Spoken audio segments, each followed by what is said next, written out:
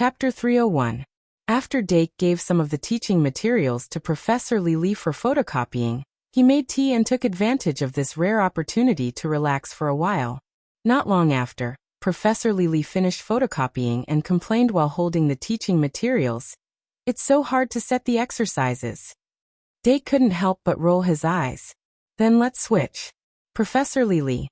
Switch tonight and switch back tomorrow morning?" "Dake. Just stand here and don't move, I'll go buy some peaches." Then he took the teaching materials and turned around, never to return. February 13th, Tuesday. There was only one day left until Valentine's Day. The festive atmosphere made the whole school a little restless. The fake professor was too lazy to care. Remember the URL. VIP, can't you? 6. The real professor had many ways to manipulate the students. Beep beep beep. Dake took out his school card and saw a notice from Professor Cheong-si. He injected magic power and opened the notice. "Is today's dueling class in Dueling Hall 2? Dake put down the newspaper and took a sip of milk.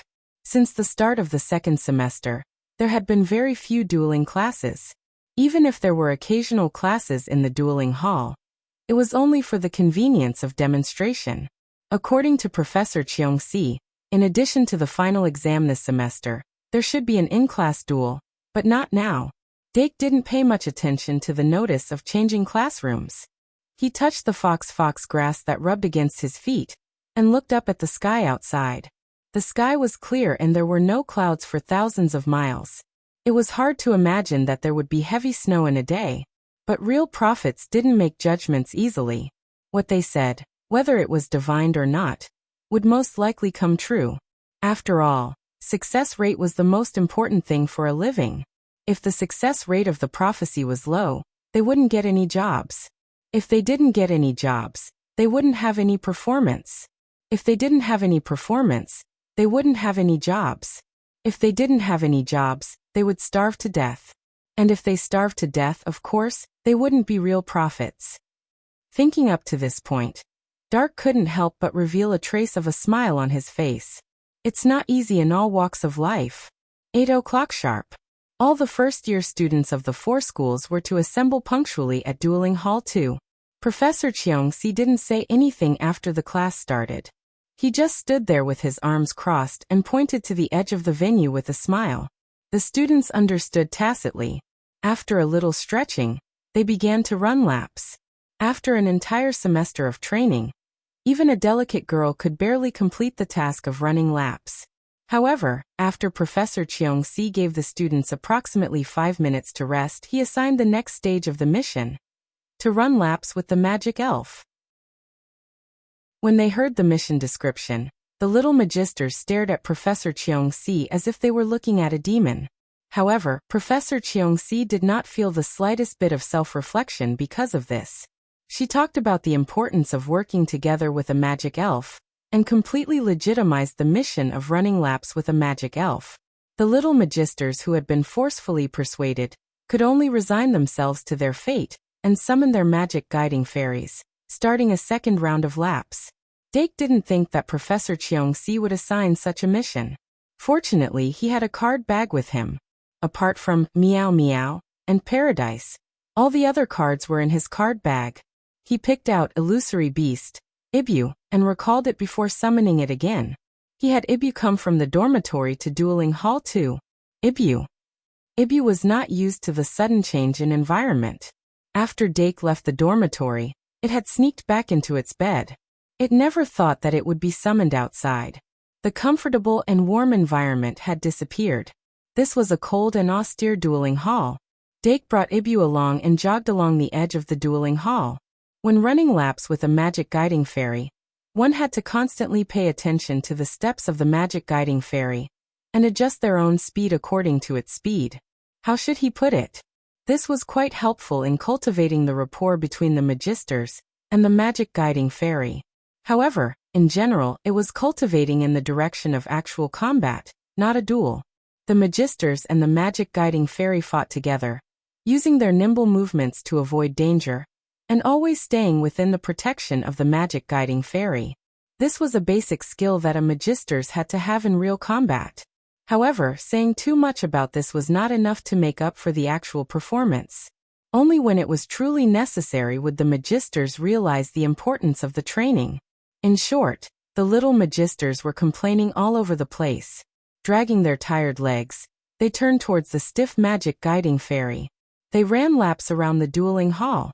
As the students fell off the running path one by one, the people and their pets who were still leading the team in an orderly manner in front of them became conspicuous.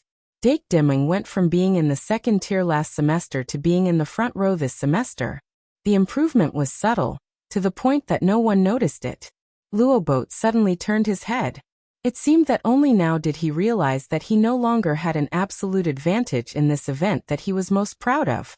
By the time the running laps with the magic guiding fairy segment had gradually come to an end, the majority of the students were already dog-tired. Professor Cheongsi looked at them with a calm expression, very satisfied with the results of this segment. Students should act like students. Being lovey-dovey all day was annoying to look at. In the end, it was the professor's fault for giving them too much time and space to be lovey-dovey. However, it was not too late to mend the pen after the sheep were lost. After about 5 minutes of rest, Professor Cheongsi struck while the iron was hot, and called Dake Dimming to assist in the demonstration. She mainly talked about a technique called shadow following. The magisters used their tacit cooperation and precise positioning to hide themselves in the shadows of larger magic guiding fairies, thus achieving the goal of completely disappearing from the enemy's sight. Although it didn't seem complicated, it was actually a very profound technique. The requirements for the magisters and magic guiding fairies were very high. For example, Dake and Evie did not meet the requirements at all. With Evie's size, there was no way he could block Dake, let alone hide in his own shadow. However, it was still barely enough to assist in the teaching. In the second half of the class, Professor Cheongsi summoned a giant brown bear, and did a simulation with Dake, leaving him with an extremely deep impression. Thus, from the start of the simulation, Dake completely lost sight of Professor Cheongsi's figure. It was as if he had disappeared without a trace. The students watching from a third person's point of view were completely unable to understand the shock brought by his point of view. If I could master this technique, it would have been very difficult for Vlad to target me when I fought him. Dake's thoughts were urgent, and he absorbed all the relevant knowledge like a sponge. Ding ding ding. When the bell signaling the end of the first class rang, Dake was the only one who still wanted to continue. Most of the students were celebrating the end of the dual class, and they all wanted to sit down or lie down to rest.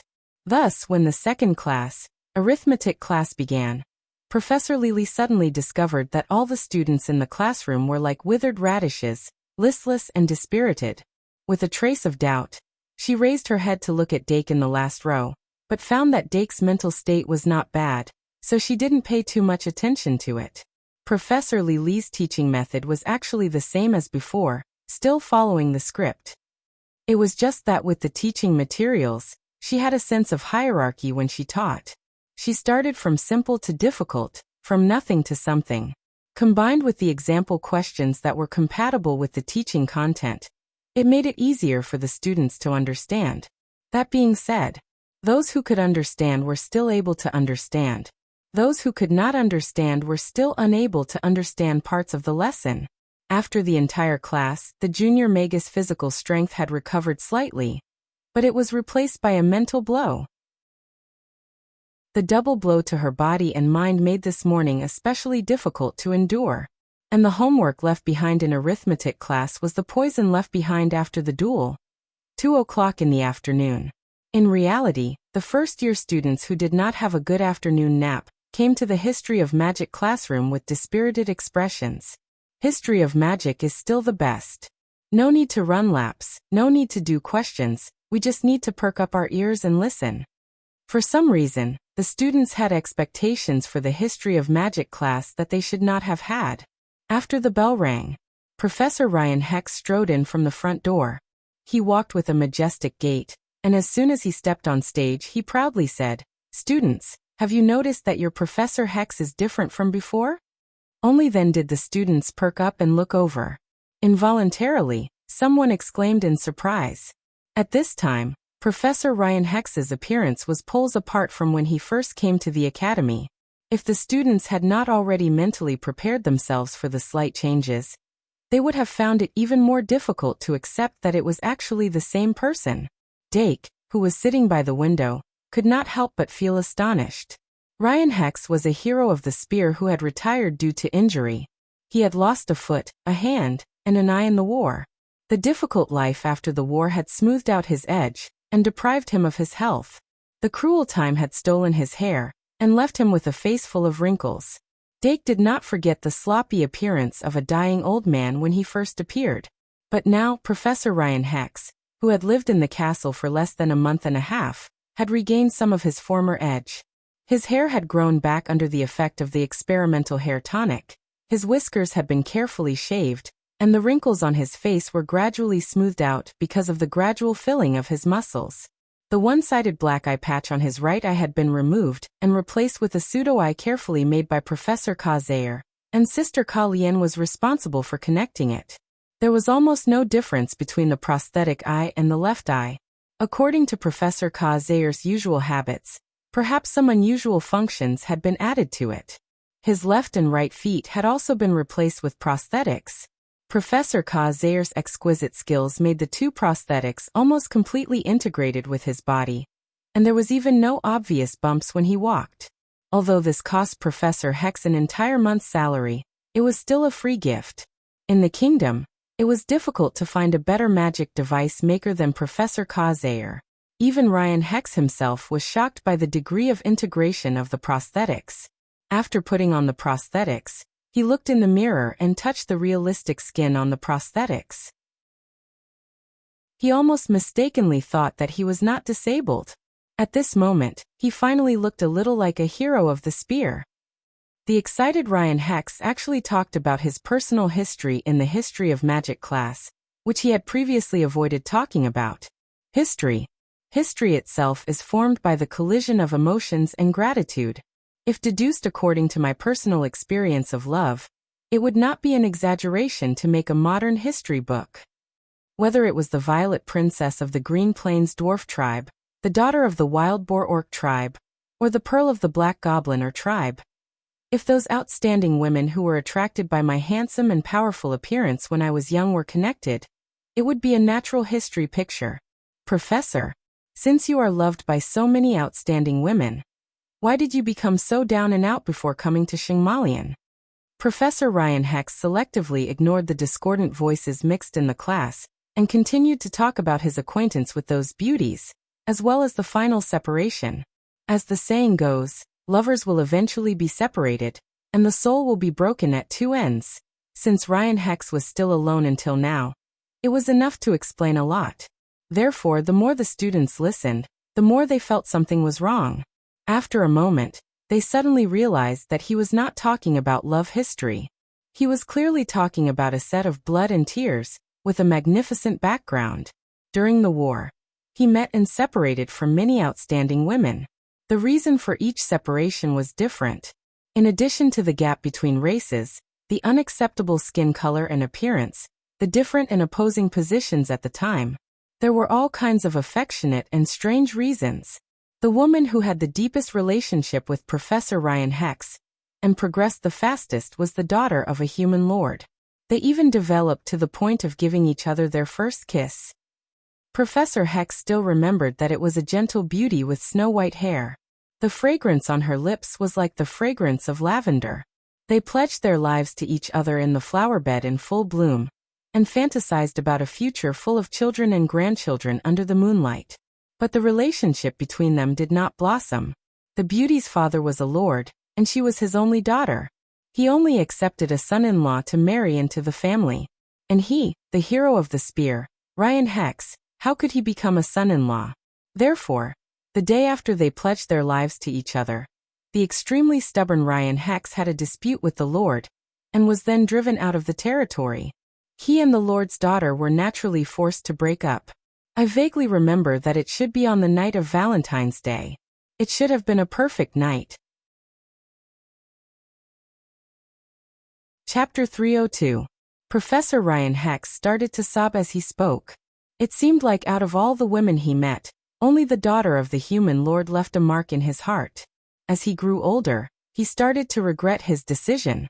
However, some things were better left unsaid. When the bell rang for the end of class, he left the classroom feeling moved by himself. It was as if he did not notice that the faces of the students in the classroom became darker than soy sauce. Telling a breakup story before Valentine's Day, nice one. Dake looked at Professor Hex's back as he gradually disappeared. He could not help but smile. These 2 days, the professors were really good at their jobs. Dake. Deanna suddenly turned around. Remember, https://m/vip can't you? VIP. Dake asked. What's wrong? Deanna asked with a cute face. What's an adopted son-in-law? Dake. You don't even know what an adopted son-in-law is. Why are you listening so seriously? He said helplessly. An adopted son-in-law is a boy who marries into a girl's family. Deanna. Huh? A boy can marry into a girl's family? Then. Dake. Deanna quickly shook her head and said, no, nothing. Dake. ? Deanna. I told you it's nothing.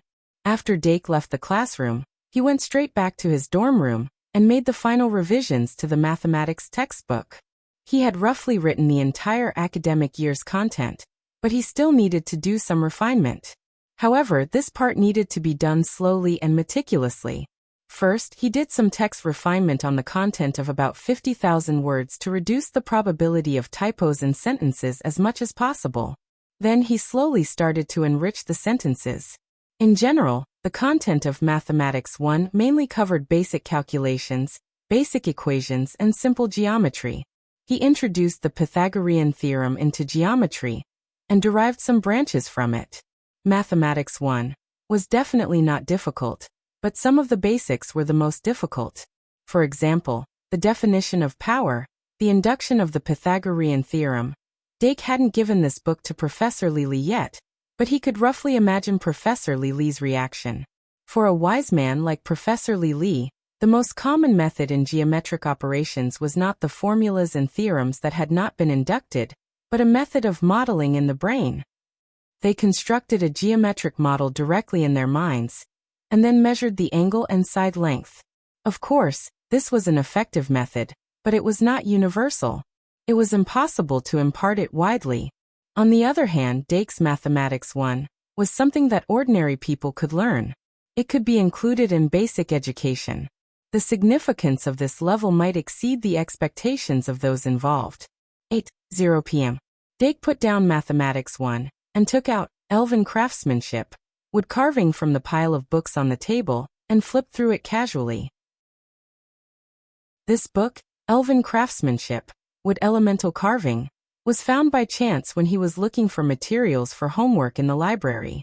At that time, he thought that he had to learn it anyway, so he borrowed it. Now he took it out and flipped through it. On one hand, he wanted to relax his mind. On the other hand, he wanted to prepare for wood carving in the future. After he finished writing Mathematics 1, Zoo's progress was slow.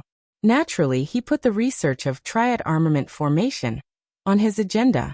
When the current matters came to an end, he would probably start learning wood carving on his own. Even if wood carving could not be used in the triad armament formation, it could still be a hobby. In short, it was not a loss. Elven craftsmanship was known for its exquisite and beautiful appearance. Even wood carving was the same. If it was during normal times, it would give people a feeling that it was flashy but not practical. Most people bought Elven craftsmanship products not for practicality, but for decoration. However, this characteristic was just right for Dake. He looked at the various exquisite wood carvings in the book. He gradually became fascinated. 9:30 p.m. Dake put down the book, washed up, and practiced underworld magic for a while. He then urged the magic elves to sleep and went to bed himself. Tomorrow is Valentine's Day. Even though Dake did not focus on Valentine's Day, it would be a lie to say that he did not care at all. He narrowed his eyes and thought about the list of gifts he might receive. His eyelids gradually became heavy. I wonder if the world will turn white when I wake up? Waiting for his breathing to stabilize. Fairy Ivan, who was on the small bed, suddenly perked up its ears. It quietly stretched out its two antennae from under the blanket and felt the flow of the air in the room. After a while, as if it was finally sure that Dake was asleep, Fairy Ivan quietly crawled out from under the blanket. The meaty pads under its feet touched the carpet without a sound. The other magic elves were a little slower, and got down from the bed one after another. The 10 magic elves, including the little evil monster, gathered on the balcony in an unprecedented harmony, chattering and discussing. The brewing of the magic potion had long been completed. All that was left was cutting and shaping. In short, it was to turn it into its own shape. The Diru beast placed the large piece of chocolate in the middle, then took out a knife and began the final cut. Meow.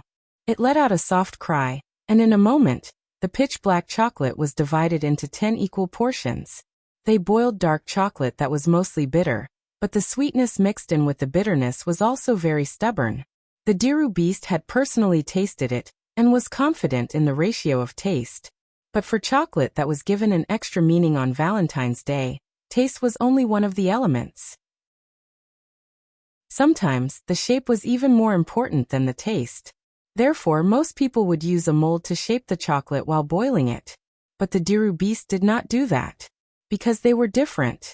After distributing the chocolate, the 10 magic elves began to make their own shapes. Before this, the Diru beast had been thinking for a long time. It learned about the custom of giving chocolate on Valentine's Day through a picture book, so it specially looked for relevant information. At first, it wanted to make a classic love chocolate that was popular. But later, it felt that it was really not special. So after a long time of thinking, it decided to make a chocolate in the shape of a Diru beast. Each magic elf was given a large piece of chocolate, and they had the cost of trial and error. The Diru beast cut a part of it, and began to try to carve that piece of chocolate into the shape of a cat's face. As long as it thought of Dake accepting its gift and eating the chocolate in its shape, its cheeks flushed slightly. But during the process of carving, it only glanced around curiously, and then it was shocked to find that none of the magic elves were carving hearts. Among them, Fairy Ibu was clearly carving chocolate in its own shape. Its ribbon antennae were very flexible, and very soon the carving was complete. The other magic elves could not see the shape of the carving for the time being. Busy, the ever-changing beast turned into the shape of Meow Meow, and worked very hard. But after trying again and again, and failing again and again, the usable chocolate became less and less. It looked at the bits and pieces of chocolate anxiously, and finally, it had an idea and modified the chocolate into small hearts, just like chocolate biscuits. Then it took out a gift box, put the chocolate in it, and tied it with a ribbon into a big bow. This Valentine's Day gift could be considered half completed. After the magic elves had intelligence and a good basic education, they had thoughts that normal magic elves would not have in their minds. For example, they had admiration for the magus who created them, and knew what gratitude was. The ever-changing beast finally inserted a piece of paper into the gap of the ribbon in the gift box. On the paper, a simple sentence was pieced together with crooked characters. It held the gift box and carefully put it on Dake's bed. Then it showed a big smile of satisfaction. But it did not return to its small bed, but turned to the balcony to help the garbage slime make the shape of the chocolate. For some reason, the garbage slime wanted to spread the chocolate into a big pancake shape. Then it made a concave human face in the big pancake shape of the chocolate. Although the ever-changing beast was confused, it still helped it successfully make the chocolate. 4:30 in the morning. Deanna, who had set the alarm for this, suddenly sat up straight as if she had suddenly woken up. The quilt slipped from her upper body, revealing a well-developed round half of her body. Deanna sat like that for a while before she suddenly came back to her senses. As her brain went online, she glanced at the alarm clock again and hurriedly took action. She got up, washed her face, changed her clothes and tidied her hair. The things that a girl needed to do early in the morning were actually not different from the things that a boy needed to do. In the end, Deanna just smeared some baby cream on her face. Then, she put on her card bag and took the gift. Like a red and white thief at Christmas, she quietly opened the door and quietly walked to Dake's dormitory. At this time, the sky was just bright and hazy. The corridor was eerily quiet. Deanna held the gift box, and there was a rare trace of anxiety on her face. Is it really effective? On Valentine's Day, if a person does not have a lover and is looking for a partner, he will be with the first person he sees forever. If only Dake could marry into Deanna's family. When Deanna grows up, she won't have to leave her father and mother. Son-in-law. Oh. The temperature was very low, and the air was very cold. Deanna could not help but close her collar and blow a breath. Pure white mist rose in front of her, blurring her vision. Da-da-da. Although Deanna's footsteps were light, they still created echoes in the empty corridor. Suddenly, she stopped and looked stunned. At 5 o'clock in the morning, at the top of the corridor on the second floor of the Tower of the Aristocrats, room 201, someone had already arrived. If that was all, it would be fine. Deanna judged others by herself. She thought that what she could do, others could also do. But what she saw at this time made her feel puzzled. The girl who blocked the door of Dake's dormitory before her was wrapped in a blanket and curled up in the corner of the door like a cocoon. She was small, and her face was cold. Her pink, slightly transparent hair was draped over her palm-sized face, and there was a morbid blush on her cheeks. A thin blanket could not block the invasion of the cold wind at all. The snow-white limbs curled up in the blanket trembled uncontrollably. Eudora Inouye was like a mourning elf, petite and pitiful, as if she would disappear at any time.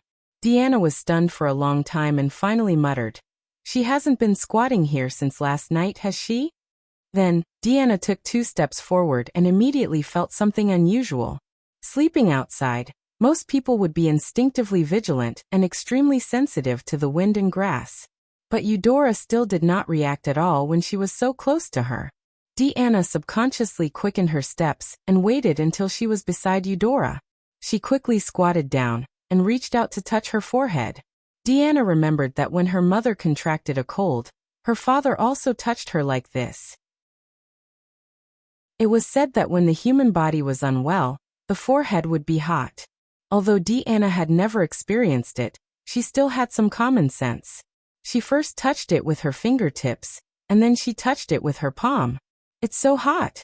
Deanna looked at Eudora, who was still not awake, and couldn't help but widen her eyes. Even if she didn't understand, she immediately realized that Eudora must be sick. What should I do? This was the first time in her life that she had encountered such an unexpected event. Deanna suddenly panicked, and didn't know what to do like an ant on a hot pan. She subconsciously looked at the door of room 201, wanting to ask Dake for help. However, when her knuckles were about to touch the cold door, she suddenly calmed down and couldn't help but look at Eudora. Then she immediately put her gift on the ground, reached under Eudora's body with one hand, and scooped it up with the other hand. After scooping up Eudora with the blanket, she bent her knees slightly and changed to Princess Carry Her with both hands. She turned around and rushed to the stairs.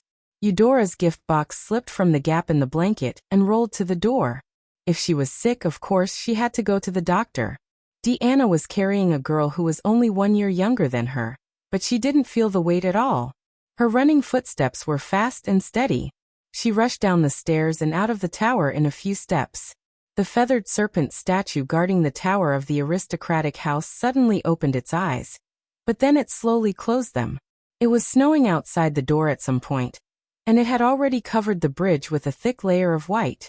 Deep footprints appeared on the pure white snow, and the falling snowflakes covered the depressions of the footprints. The entire castle was wrapped in a layer of white silver, and the frozen lake reflected the gradually brightening sky. Venus shone brightly. 2 in 1. Chapter 303. Luo Siflati woke up in a daze. The cold wind that seeped in through the gaps in the blanket made her shiver slightly. She subconsciously hugged her catnip grass and rubbed it. The comfortable feeling made her suddenly remember something. Then she suddenly woke up. "Deanna." Luo hurriedly lifted the blanket. Even though she was wearing rabbit pajamas, it couldn't block the cold. She subconsciously sneezed. She reached behind her neck and put on her hat. Her 2 rabbit ears drooped down. Before she went out, she grabbed a thick coat and put it on. She looked at the clock on the wall. It was already 5:30. Ooh, I overslept. Luo, who was wearing pink rabbit slippers, jogged out of the door. The first thing she did was to glance in the direction of Dake's dormitory. However, Dake's dormitory was at the end of the floor. The corridor was curved so she couldn't see it at all. Website. https://m, VIP can't you? VIP. She closed the door and immediately went to the door of Deanna's dormitory. She hesitated for a moment, but still knocked. Knock, knock, knock. Knock, knock, knock. Deanna? Deanna?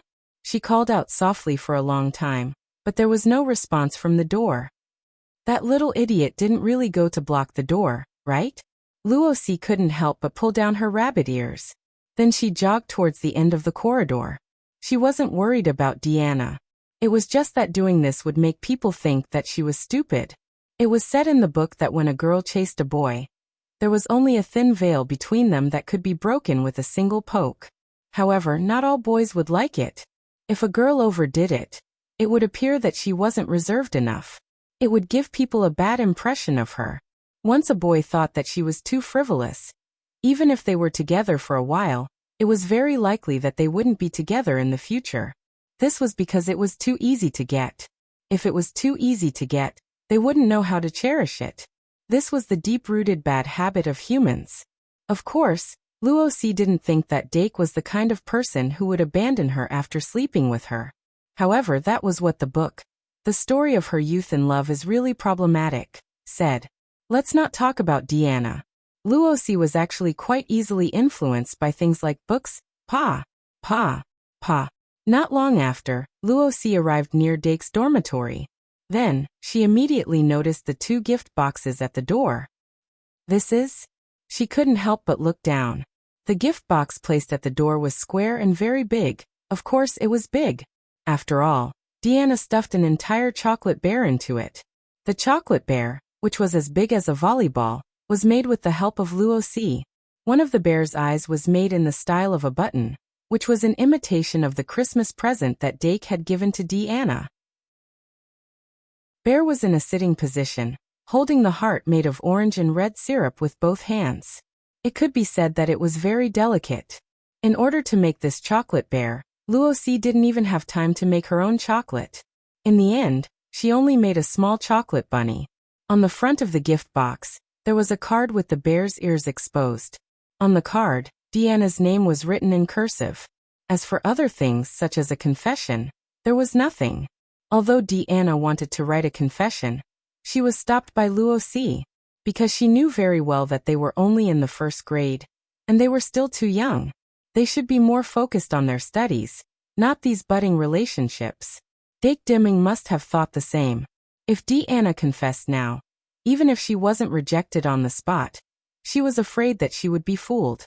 Although Deanna would definitely be able to cheer up quickly, there would always be something different. She had to be a little bigger. When Deanna grew into an irresistible big girl, there would definitely be a different result. And according to her observation, Dake's preference should be a little bigger. Thinking of this, her heart twitched a little. Luosi turned to look at the other gift box. It was pink, and it was decorated with all kinds of stars on the outside. The gift box was almost big enough to be held with 2 hands, and there was a big ribbon of love on it. But there was no card outside, so she didn't know who it was. Someone else is also here? Who is she? Where's Deanna? Luosi was stunned for a moment. She originally thought that there shouldn't be anyone as innocent as Deanna, but reality slapped her hard in the face. Did they have an argument or something? Luosi, who loved to fantasize, couldn't help but start to imagine. Then she covered her mouth and muttered, "Don't tell me they went to find a place to duel? It's always like this in those stories. 2 boys duel over a girl, and the winner gets the right to pursue the girl. Ugh, why do I feel that it's so romantic?" Gotcha. Just as Luosi was intoxicated by the illusion, the sound of a mechanism being twisted open suddenly came from the door in front of her. Then, the door was opened, and a golden-haired youth with a trace of tiredness on his face suddenly came into view. Luosi couldn't help but open her eyes wide. Then she looked down at the gift box on the ground and her little rabbit slippers. Her white and tender cheeks instantly flushed red. Busy? The monster that had turned into a nightcap on Dake's head swayed in the wind. Dake looked at Luosi at the door and couldn't help but feel puzzled. He didn't expect to go out so early, But the heavy snow that had fallen at some point in time had attracted his attention. It rarely snowed in the kingdom, and the snowy scenery of the ancient castle had a special charm. He thought that he would temporarily stop his morning jog and simply go out for a walk around the castle, or draw 1 or 2 pictures of the snowy scenery to add 2 more pages to his collection of landscape paintings. The idea was good and also very poetic. But before he could go out, Luosi stopped him at the door. Dake was a little stunned for a moment. If it were someone else blocking the door, such as Deanna or Eudora, he could understand. But why was Luosi waiting here alone? Did something happen? Dake thought and smiled. Good morning, looking for. He was about to say looking for me when he suddenly caught a glimpse of the 2 gift boxes at his feet. In an instant, the cause and process became clear. Dake. So that's it. Luosi blushed and hurriedly said. It's not me. Dake laughed. This little bear card belongs to Deanna, right? Where is she? Luosi breathed a sigh of relief and said. I don't know. I'm looking for her too. Dake's mind moved. So this pink box didn't belong to Luosi? He had thought that these 2 gift boxes belonged to Deanna and Luosi, but it turned out that they weren't. But if that was the case, whose gift box was the pink one? With a trace of doubt, Dake asked Luosi. Then whose gift is the other one? Luosi still shook his head and said. I don't know. I just came and only saw these 2 gift boxes. Is that so? Dake thought for a moment, then bent down, put the pink gift box on Deanna's big box, and then picked them up. Come in first. Logically speaking, since these 2 gift boxes were placed outside the door, they should have been for him. Although they were gone now, but he couldn't leave the gift boxes outside. After carrying the 2 gift boxes into the room, Dake took off the polymorph hat on his head and picked up the pink gift box. In theory, there shouldn't be any danger in the tower of the House of Nobles. But one could never be too careful. Deanna might have left with the owner of the pink gift box. And if he wanted to know who the owner of the pink gift box was, he just had to open the box and take a look. While Dake was opening the box, Luosi carefully stepped into the room and closed the door. She turned her head slightly and looked around, feeling a little surprised. Every time she entered Dake's dormitory, there seemed to be a new discovery. This time, there were a lot more. The extra-large cat tree and the 4 small 3-tiered beds placed against the wall were all very eye-catching. The magic elves lying on the small beds, and the big beds were so cute that it made people want to pounce on them and hug them. If it wasn't for the fact that this wasn't the right time, she really wanted to stay here and suck on them. Dake's dormitory was really her dream place. Woo. She tried hard to look away and turned to the gift box. At this moment, Dake had already opened the pink box. The smell of wine from the opening of the box made him frown. But he quickly found that what was placed in the box wasn't wine as he had imagined, but heart-shaped chocolates wrapped in transparent candy wrappers. Liqueur chocolates? Dake couldn't help but pick up one of the chocolates, opened the candy wrapper, and sniffed it. Then he carefully took a bite. The bitter and sweet taste of the chocolate melted in his mouth, and the rich smell of wine seeped into his heart. He lowered his head to take a look. Through the bite, he could see the slight ripples of wine in the chocolate. In this world, this was the first time he had seen the concept of liqueur chocolates.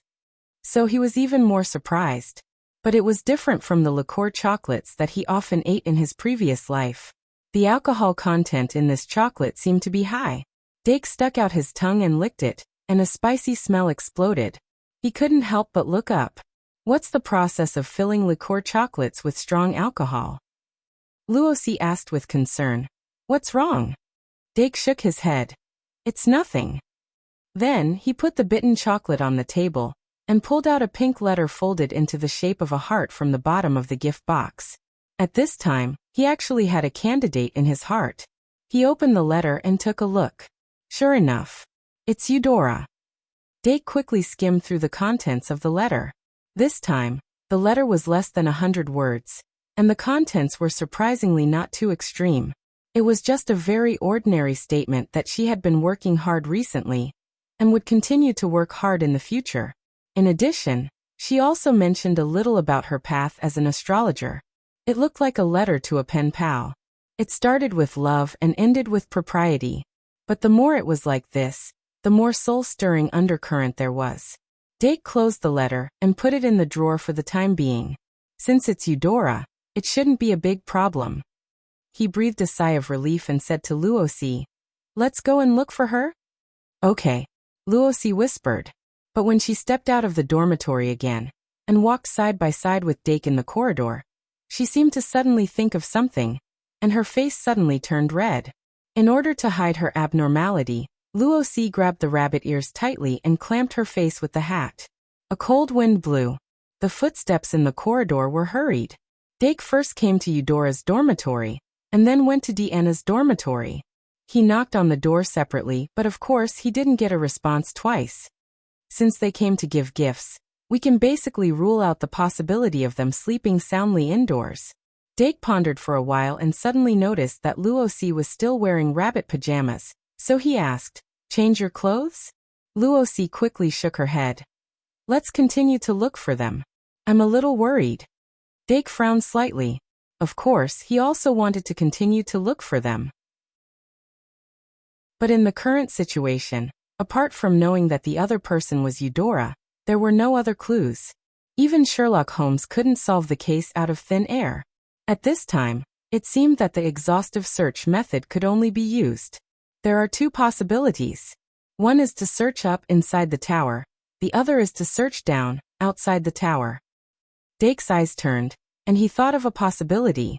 If they come out of the tower, someone may be able to provide some information. Then he immediately took Luosi down to the common room, pushed the door open, and came to the front of the feathered serpent statue. As the guardian statue of the aristocrat house, although this feathered serpent was not a real creature, it had always given people a very strange feeling. It always coiled at the door, and no matter how long it was, it didn't move. Its colorful wings spread out over its body, and its eyes that occasionally opened were deep and wise. The feathered serpent, also known as the truth teller, was said to be able to see through falsehood and see the truth, and it never lied. Dake looked at the feathered serpent statue with its eyes closed and asked seriously, "Feathered serpent, did anyone else come out of the dormitory this morning?" Under Luosi's surprised gaze, the feathered serpent statue slowly opened its eyes, and then it actually spat out its snake tongue and nodded. Dake immediately asked, "Is it Deanna and Eudora?" However, at this time, the feathered serpent statue closed its eyes again, like a stone statue. Dake took a deep breath. "It should be them. Let's go and see if there are any clues on the other side of the bridge." With that, he stepped onto the snow-piled bridge in the face of the snowflakes. Luosi quickly followed. Deanna's footprints had been buried by the new snow, but after she stepped off the bridge, she left some traces in the castle at the other end. They weren't clear footprints like the ones that often appeared in various detective novels, but just a trace of water that hadn't dried up. Dake couldn't tell if it was the footprints of one person or two people. It was even more impossible to deduce a person's posture through these traces. Even this trace of water completely disappeared after a little distance. In the real world, there weren't so many traces that could be traced back. Dake suddenly remembered and asked, "By the way, why did Deanna come so early to deliver chocolates? There shouldn't be any time to give a gift on Valentine's Day, right?" Luosi's face suddenly turned red again. She looked away and whispered, "She said that it would be a good omen if it was delivered earlier." Dake. "Delivered earlier? How early?" Luosi. "As early as possible." Dake opened his mouth and connected the causes and effects. Suddenly, he had a clue in his mind. He couldn't help but cover his head. I probably guessed it. He dodged the routine of detective novels. But he couldn't avoid the routine of love novels. The routines of life were really one after another. 2-in-1/4/150.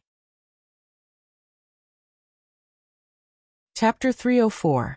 It was a good sign to send it earlier, since there was such a saying. If it was Eudora, she might have been waiting outside the door since last night. When he thought of her terrifying act of sending him as a gift at Christmas, Dake felt that she might do something that was even more out of common sense. If he tried to think about it again, for a delicate and weak person to only catch a cold after spending the night outside in the snowy night, it would be considered a very lucky thing. Let's go to the infirmary. Dake sighed. Why were the children in this batch so worrisome? Remember the website, VIP can't you? VIP in the infirmary. Sister Kalyan casually hung a coat on her body. The front of the coat was open, and her fair skin was faintly discernible. She only touched Eudora's forehead slightly, and a trace of silver light lit up. It circled in the air and formed a number. 39°1. High fever. But fortunately it was sent in time. Sister Kalyan heaved a sigh of relief. Then, she took out a magic card from her pocket and used the summoning spell.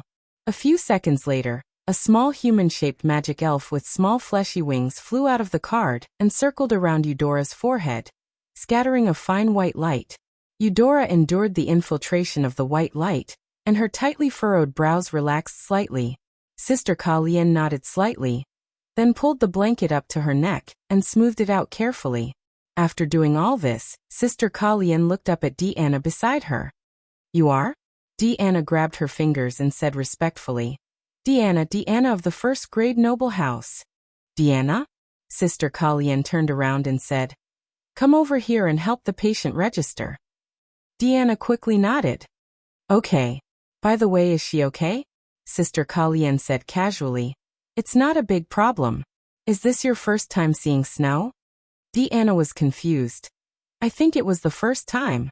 But what does that have to do with the current situation? Sister Kalyan sneered. If it wasn't for the first time seeing snow, who would be so bored as to roll in the snow? Deanna. But we don't. Although she had thought of doing that. Sister Kalyan said. Okay, after registering, stand aside. I'm going to make the potion. Deanna hurriedly took out her pen and wrote it down. Then, she obediently ran to the bench by the wall and sat down. Sister Kalyan immediately began to concoct the potion. Her movements were clean and tidy, without any unnecessary movements. Her movements even had a sense of beauty. Deanna looked at her movements and thought of her own clumsy way of doing experiments. She could not help but feel envious. Although Sister Kalyan was a school doctor, she was no less proficient in potions than Professor Thompson. She might even be better in the field of medicine-related potions. Even someone like her was expelled from the Saint Church for violating the precepts. What precepts did she violate? Deanna thought with her chin in her hand. She wanted to pass the time and calm the uneasiness in her heart. On one hand, she was worried about Eudora's physical condition. On the other hand, she was also worried about what kind of treatment the gift box she left at Dake's door would receive. Woo. As long as she thought of the carefully made chocolate bear in the gift box, she couldn't help but want to cover her head. She had put in so much effort for today's Valentine's Day, but in the end, not only did she fail to block the door, but she also couldn't personally hand over the gift to Dake. She didn't know if Dake would be pleasantly surprised when he found the gift box. After that, when he ate the chocolate bear, where would he start to eat it? Would it be the ears? Or the bear's claws? Or the love candy held in the bear's claws? Hey. As she thought about it, Deanna became happy again. After all, there was no other way that things had developed to this point. She couldn't just watch Eudora lie there and ignore her. But Eudora, she's really stupid. Deanna couldn't help but look at the girl with a pink doll head on the hospital bed. How can she guard outside the door all night? Dake wouldn't go out in the middle of the night. Besides, that rumor must be fake. What do you mean by the first person you see on Valentine's Day can? That's definitely impossible. Ha. Oh, greater than over equal to. Oh ah. Snowflakes drifted over and clung tightly to the glass of the window, as if they were peeping at the bits and pieces in the room. Sister Kalyan quickly finished concocting the magic potion for lowering the temperature. She held the mouth of the test tube and shook it gently. The wine-red liquid in the test tube rippled. This magic potion, called thermostat potion, was a special medicine for high fever. It could reduce the temperature of the human body to a fixed degree in an instant and remain constant. When she was still in the Holy Church, Sister Kalyan would often give the patient a drop of holy water after using a thermostat potion, and the disease would be cured. But now that she had lost the channel to obtain holy water, she needed some other means to regulate her body. Feed her this tube of potion. Sister Kalyan handed the thermostat potion to Deanna casually. Although Deanna took the test tube obediently, she couldn't help but ask, "Sister, why do you want me to feed her?" Sister Kalien said without raising her head, "I can't do it." "Oh." Diana glanced at the table, and then nodded her head as if she understood something. She always felt that Sister Kalien had another reason, but she could still do it by feeding her a potion. Forget it. Deanna carefully took the thermostat potion and walked to Eudora's bedside. Eudora had publicly confessed to Dake before Christmas, so Deanna wasn't surprised by her feelings. The unexpected part was that Eudora was so persistent. There was a shelf for test tubes on the bedside table. Deanna first inserted the thermostat potion into the shelf, and then freed her hands to lift Eudora's upper body, so that she could lean against the headboard of the bed.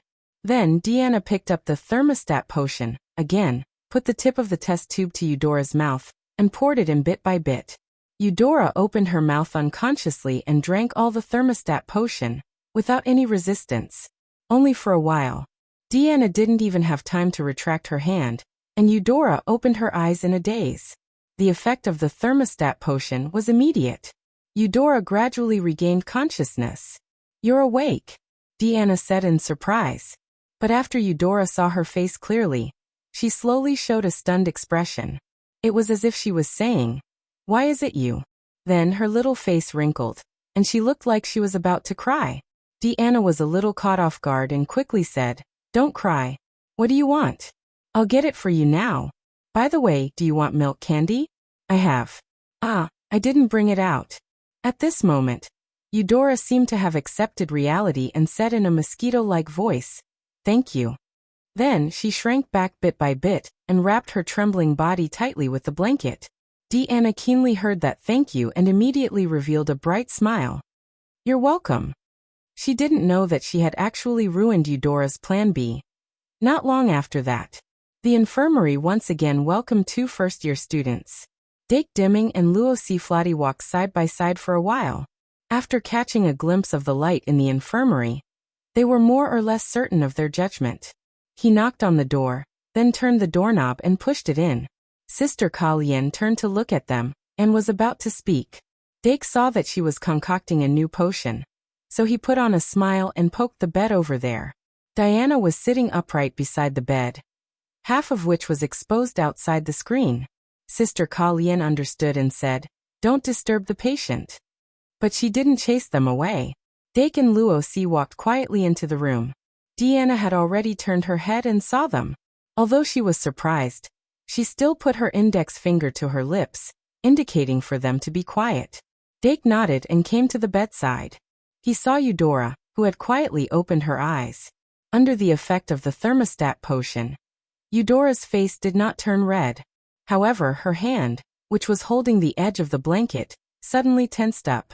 Dake saw that her condition was still all right, and heaved a sigh of relief. But then he didn't know what to say. If it were the style of a domineering CEO, he might have poked Eudora's forehead and said coldly, "Don't be like this in the future." Just thinking about it gave him goosebumps. It was the morning of the first Valentine's Day in the academy. The 4 first-year students spent it in the infirmary. Snowflakes were still falling outside the window. The world was pure white. Dake quickly learned the whole story from Deanna. He couldn't help but want to pull Eudora up from the bed and scold her. However, the patient came first. Instead, he said, "Your chocolate tastes very good." Eudora suddenly became shy. Deanna accidentally raised her voice. "Hey, what about mine?" Dake rolled his eyes. "I haven't tried it yet." Luosi snickered at the side. At around 6 o'clock, Sister Kalien had already concocted the other 2 potions. Eudora drank the 2 potions on the spot. Her limbs gradually regained strength, and she was able to get out of bed. As the only boy at the scene, Dake was caught by Sister Kalien and lectured a few words, but in fact, they were all for Eudora to hear. After that, Sister Kalien reminded Eudora to come again at noon and in the evening before letting the 4 of them go. Eudora had just recovered from a serious illness and was not suitable for the cold. This cut off Deanna's idea of taking the opportunity to go outside and play in the snow. She pulled Luosi and whispered to him, complaining about the failure of her plan. Luo Ci's eyes dodged slightly and he responded casually. Dake walked in front. Eudora lowered her head and followed behind him like a little woman. Everyone could see it. Dake had been holding back from lecturing her. Eudora was a little delighted. Although Plan A and Plan B had failed, she suddenly felt that the current result was not bad. In short, there was no regret at all. The four of them crossed the snow-covered bridge and finally returned to the tower of the aristocrat house. Dake pushed the door open and let the three girls enter one by one. Then he whispered thank you to the feathered snake golem and turned to enter the tower. When the door of the tower closed automatically, the feathered snake golem quietly opened its eyes and then slowly closed them again. Snowflakes fell on its body and slowly accumulated. The automatic fireplace flame made the temperature in the common room rise slightly. But the four of them didn't stay here for too long. They quickly continued to go up and came to the second floor of the tower. Dake sent Eudora back to the dormitory and pushed the reluctant Deanna back to her own dormitory.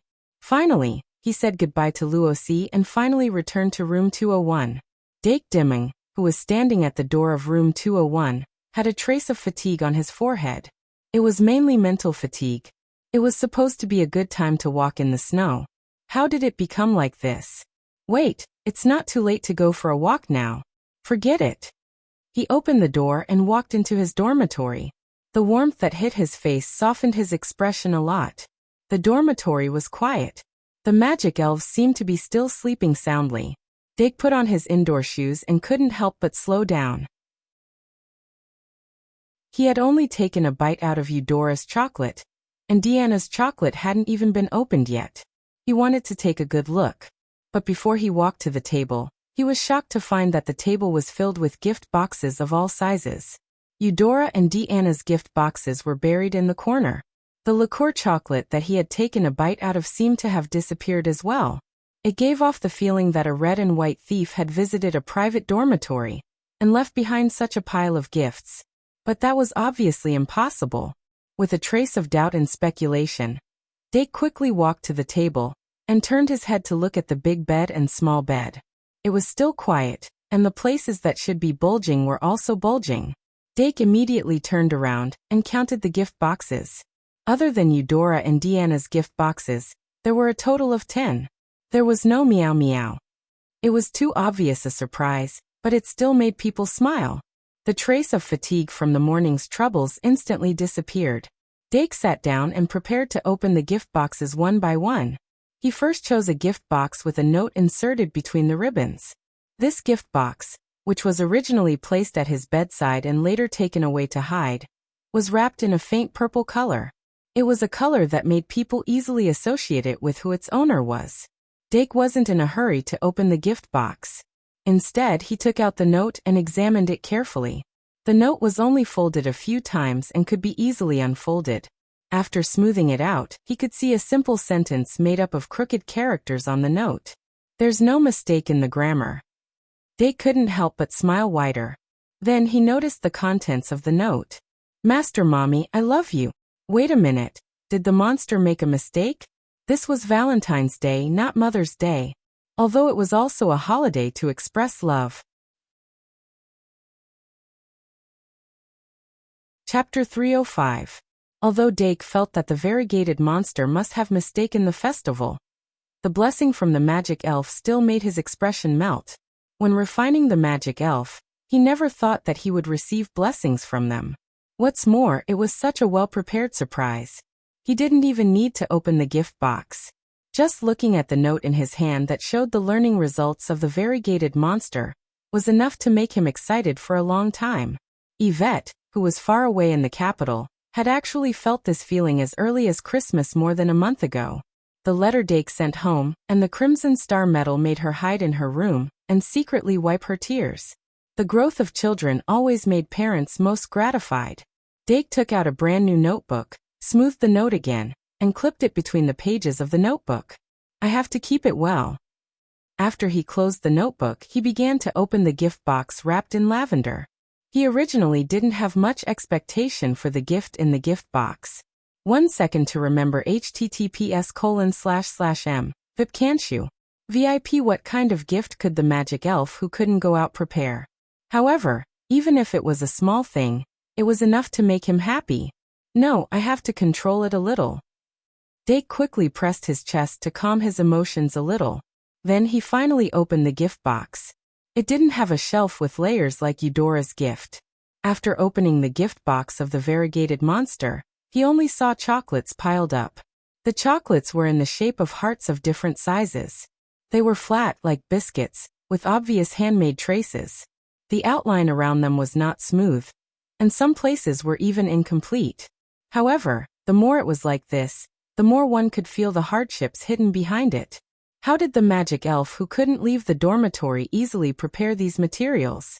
After accumulating enough materials, how did they successfully make handmade chocolates? And it was still hidden from him. Dake carefully picked up one of the chocolates and bit it with a martyr's mentality. Instantly, the unique bitterness of chocolate rippled as the chocolate melted. But just as he was about to frown, he tasted a trace of sweetness from it. This trace of sweetness mixed with the strong bitterness was like a trace of clear spring found in the desert, infinitely magnifying in his brain. Dake was greatly surprised. The dark chocolate was surprisingly to his taste. He subconsciously took a few more bites, and finally put the rest into his mouth. He chewed carefully, savoring the aftertaste. Busy, the multiform monster, which had two small beady eyes, couldn't help but twist its body. Every detail of Dake's gift was reflected in its eyes, making it unable to contain its excitement. Meanwhile, the other magic elves were secretly waiting for Dake to open their gifts. After eating the chocolate, Dake resealed the gift box and put it aside for the time being. Although he really wanted to finish the whole box of chocolates in one go, there were still many boxes left. It was not the behavior of a demon god to pamper only one. Then he picked out a pink gift box. The same pink color as Eudora. Is it Fairy Ibu's? Dake opened the box and looked at the chocolate inside. Then he couldn't help but reveal a trace of surprise. After seeing the multiform monster's chocolate, he thought that the simple shape was already the limit of the magic elves, but he didn't expect Fairy Ibu to actually carve a chocolate cat. From the left ear and the tentacles on the neck, this should be Fairy Ibu's? Although it's not particularly fine, the characteristics are very obvious. Dake carefully took the chocolate fairy cloth out of the gift box, and couldn't help but take a few more glances. In short, the more he looked, the more it looked like it, the more reluctant he was to eat it. He swallowed slightly, forced his gaze away, and then took out a card cut into a heart from the bottom of the box. It looked like a modified Christmas card, and there was a line of words written in a graceful font: frowny face, eat me. Grammatical error, bad review. Dake showed his strict side. Fairy Ibu, who was hiding on the big bed and pretending to be asleep, suddenly pulled its ears, as if all the strength in its body had been sucked away, and it turned into a pool of liquid. But after Dake finished criticizing it, he still smiled and put the card in a new notebook. The mistakes of one's youth were a kind of treasure. When one looked back on it in the future, they would feel the warmth of the collector. In the end, Dake put the chocolate fairy cloth back into the box. He was already considering what kind of magic potion could preserve chocolate for a long time. It would be best if it could be wrapped up like amber, and made into an ornament. But after thinking about it carefully, he felt that it was better to eat chocolate. I'll see. After pushing Fairy Ibu's gift to the side, Dake picked out the third gift box. This time, the box was green, and the shape of the chocolate inside looked like some kind of stopper. But Dake knew that it should be an eagle. The fourth gift box was blue, and it also contained chocolate, but it was in the shape of a ring like a donut. It was clearly a gift from Chio Sea Lion. The Hawkman and Chio Sea Lion also imitated him and left a note, but they only wrote their own names in a crooked shape. It made people think of their own childhood. The first word most children learned to write was their own name. Dake was no exception. He put these two notes in the notebook and opened the fifth box. The size of this box was only slightly smaller than Deanna's big box. The color of the box was the most ordinary white. When he opened the box, he found a ball inside. It was a very big chocolate ball. Dake was a little amused as he wondered which magic elf would be so lazy. But when he picked up the chocolate ball, he suddenly found that there were 3 holes on the other side of the chocolate ball. Bowling ball? No, it's a magic ball. Dake suddenly realized. This was a chocolate magic ball. How thoughtful. But when he took out the card at the bottom of the box, he found a line of words written in a spider-like font: frowny face, fewer experiments, more duels, and the world will be filled with love. There was no signature. You think I don't know it's you just because you didn't leave your name? Little devil beast. Dake glanced back and found that a part of the quilt that was bulging like a ball suddenly trembled. He couldn't help but smile even wider. The little devil beast was still so energetic. It wouldn't hurt to use it like this. The 6th one, let me see. This is little Ivan's, right? Dake opened the brown box decorated with stars and saw that there was indeed a lump of chocolate that looked like a cat and a fox lying quietly inside. The chocolate had a broom-like tail, which was quite iconic. A simple heart shape would have been enough, but the magic elf seemed to prefer to make the chocolate into their own shape. It gave people the feeling that they were trying to make plasticine when they were young, but it didn't look like it. It was so cute. Also, the magic elf seemed to have a misconception about Valentine's Day. There weren't many magic elf who really knew what Valentine's Day was. A few of them seemed to just go with the crowd and give gifts. It seemed that if others gave gifts, they would fall behind if they didn't. But where there were people, there was social interaction. This was something that couldn't be helped. Dake took out little Ivan's note from the box and looked at it. Eat me. Ivan, correct. If it was just the same eat me, it could be said to be a coincidence. But the correct, after Ivan's signature, was thought-provoking. Dake resisted the urge to laugh out loud. This was copied. Why didn't he add excellent addition at the end? The 7th box was for the milk jug. The chocolate in the shape of a milk bottle was wrapped in freshly squeezed milk, but it was unknown whether it was from the milk jug or the milk jug. In theory, if it was stored for a long time, it should be from the milk jug. But since it was a surprise, it couldn't rule out the possibility that it was just poured in. Oh no, after tasting it. Dake bit open the bottle and licked it. The milky fragrance mixed with the taste of chocolate exploded from the tip of his tongue. The vitality spread to his limbs and bones, making Dake immediately realize that this really was milk that had just been poured in from the milk jug. He was straightforward, raising his head and drinking all the milk. A burst of vigorous energy suddenly erupted, and there was a faint impulse that seemed like something was about to gush out. Dake narrowed his eyes and slowly savored the taste. They were all gifts made of the same chocolate ingredients, but each gift had its own uniqueness. No matter the quality of the gifts, at least they were all made with care. He took out the milk jug's card, and on it were written in neat handwriting, "Thank you, Lord." Milk jug. Although there were typos, it should be expressing its gratitude for the bestowment of the Surekill skill card. What a polite child. Dake carefully put away the card and continued to open the gifts. The 8th box had a yellow wrapping paper with red spots. It was clearly carefully chosen by Kettle. When he opened the box, the chocolate inside, it was actually 2 exquisite chocolate turtles, one big and one small. The small turtle lay on the big turtle's shell and stretched its neck to look at the world. This meaningful composition touched Dake a little. Kettle's craftsmanship was clearly better than the previous few magic elves. The 2 chocolate turtles were vivid. But they are turtles. And you are a worm, Kettle. After a while, Dark found a card. This was probably the only card that didn't have any text on it. However, there was a drawing of a turtle with long limbs and a long neck. The top of the small turtle's shell had a heart-shaped shell painted in bright red. Next to the small turtle, there was a circle of turtle eggs. One of the turtle eggs was cracked in the middle, as if to imply that the small turtle was hatched from this turtle egg. Although the drawing is surprisingly good, you are a worm, Kettle. Dake tried his best to keep the corners of his mouth straight, and then he opened the 9th gift box. This gift box, which had the same packaging as the box of the polymorph, was actually a unique flat box. It looked like a pizza box. After opening it, he found that there was indeed a pizza-shaped brownie inside. But the design of the brownie was a little too sinister. Taking a closer look, it was a concave ghost face. He carefully took out the brownie, looked at both sides, and found that the other side was flat.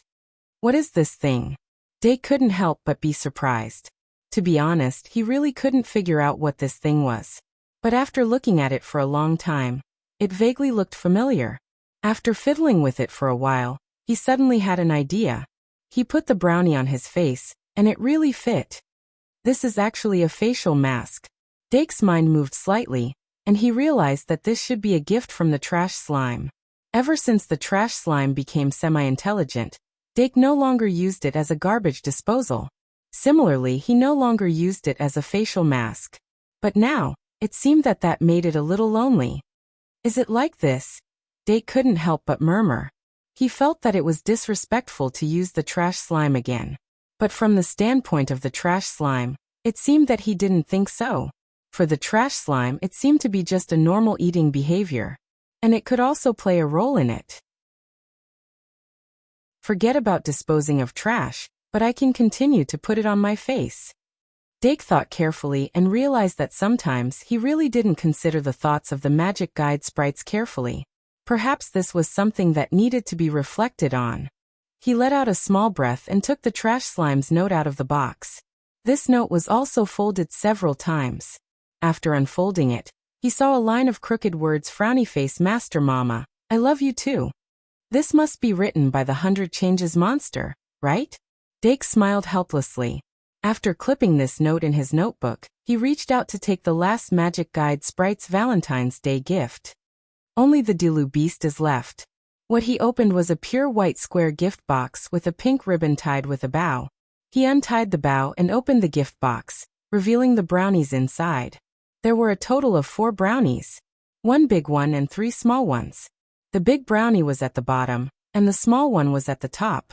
But the style of the 4 brownies was exactly the same. They were all engraved with a vivid cat face. One could tell at a glance that it was a Dilu Beast. Obviously, the Dilu Beast had the same idea as the other Magic Guide sprites. But it correctly estimated its ability and didn't make a full-body Dilu Beast. Instead, it chose to make only a face. In this way, its work was very exquisite.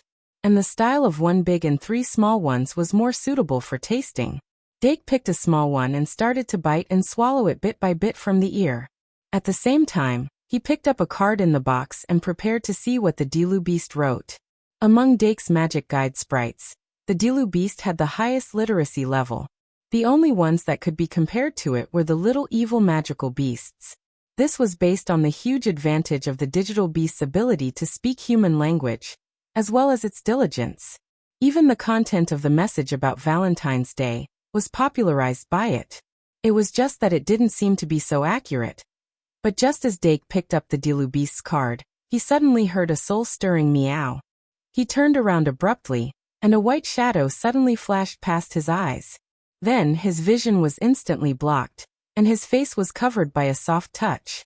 His entire body leaned back because of this. Meow Heartsuit. 2-in-1 4 out of 200. Seeking monthly votes. Chapter 306. The Dilu Beast's attack was very sudden, to the point that Dake didn't have time to react. No, it wasn't just Dake. The Magic Guide fairies in the dormitory didn't have time to react. Originally, everyone was pretending to be asleep. Why did you suddenly jump out? Me, Fairy Ivan, who was also lying on the big bed, was the first to react. The ribbon antennae on its left ear and neck instantly spread out, pushing up the blanket. Little Ivan, who was also curled up into a ball, couldn't help but stand up. The Magic Guide fairies on the small bed forgot to hide, and pushed the blanket higher than the other. But after Dake's face was grabbed by the Dilu Beast, it only leaned back and stabilized its body. The Dilu Beast's strength wasn't as great as imagined. Its body was also very soft and light. URL: https://m, vipcanshu. VIP. Dake stretched out his hand to support its underarm, and pulled it away from his face. He discovered that its condition was somewhat abnormal. The Dilu Beast was the incarnation of pride. In theory, it was very difficult for it to do such a thing. If it was Fairy Ivan, then it wouldn't be strange at all. But the Dilu Beast did it. That meant that it should be in a state of confusion right now. Dake carefully observed it, and quickly discovered that its eyes were drifting. Its cheeks were red, its nose was slightly wet, and there was a trace of chocolate near the corner of its mouth. The Dilu beast, who was supported by its underarm, meowed and waved its 4 soft limbs. It actually looked a bit cute and naive. Dake sat it on its knees and then stretched out his hand to wipe off the trace of chocolate near the corner of its mouth. He put it in front of his nose and sniffed it. He stretched out his tongue and licked it. Immediately, there was a trace of alcohol smell. Dake suddenly understood. The liqueur chocolate that he had taken a bite out of was actually eaten by the Dilu beast. But could a magic guide fairy get drunk? Moreover, although the alcohol content of the liqueur chocolate was very high, it was only a little. How could it make a 4-star magic guide fairy drunk like this? Dake couldn't help but feel puzzled. Could it be that the Dilu beast was the type that could get drunk with just a little bit of alcohol? That was possible. People's physiques couldn't be lumped together. There were people who wouldn't get drunk after 1,000 cups. And of course, there were also people who would get drunk after just 1 sip of wine. Perhaps the Dilu beast was the latter. However, the drunk Dilu beast was surprisingly cute. Dake was used to the arrogant expression of the deluded beast, so this deluded beast that had become naive after getting drunk gave Dake a sense of novelty. He curiously pinched the Dilu beast's face, and found that not only did it not resist, it even rubbed its face against his fingers. Woo Heartsuit Dake couldn't help but make a sound. So obedient. The drunk Dilu beast was like the incarnation of pride, completely transforming into the incarnation of bliss. Its 2 cat eyes were filled with drunkenness. If I bring it to the bed now, does it count as picking up a corpse? It was a strange coincidence. This thought suddenly flashed through Dake's mind. Then he took out the piece of paper that he had been holding in his hand, but hadn't had the time to read it. A cat's life with you is so beautiful. A cat's life with you is so lucky. Dake's heart was moved. He flipped the Dilu beast over and hugged it in his arms. He gently rubbed its chin and belly. The Dilu beast was like a cat grass, affectionately calling out.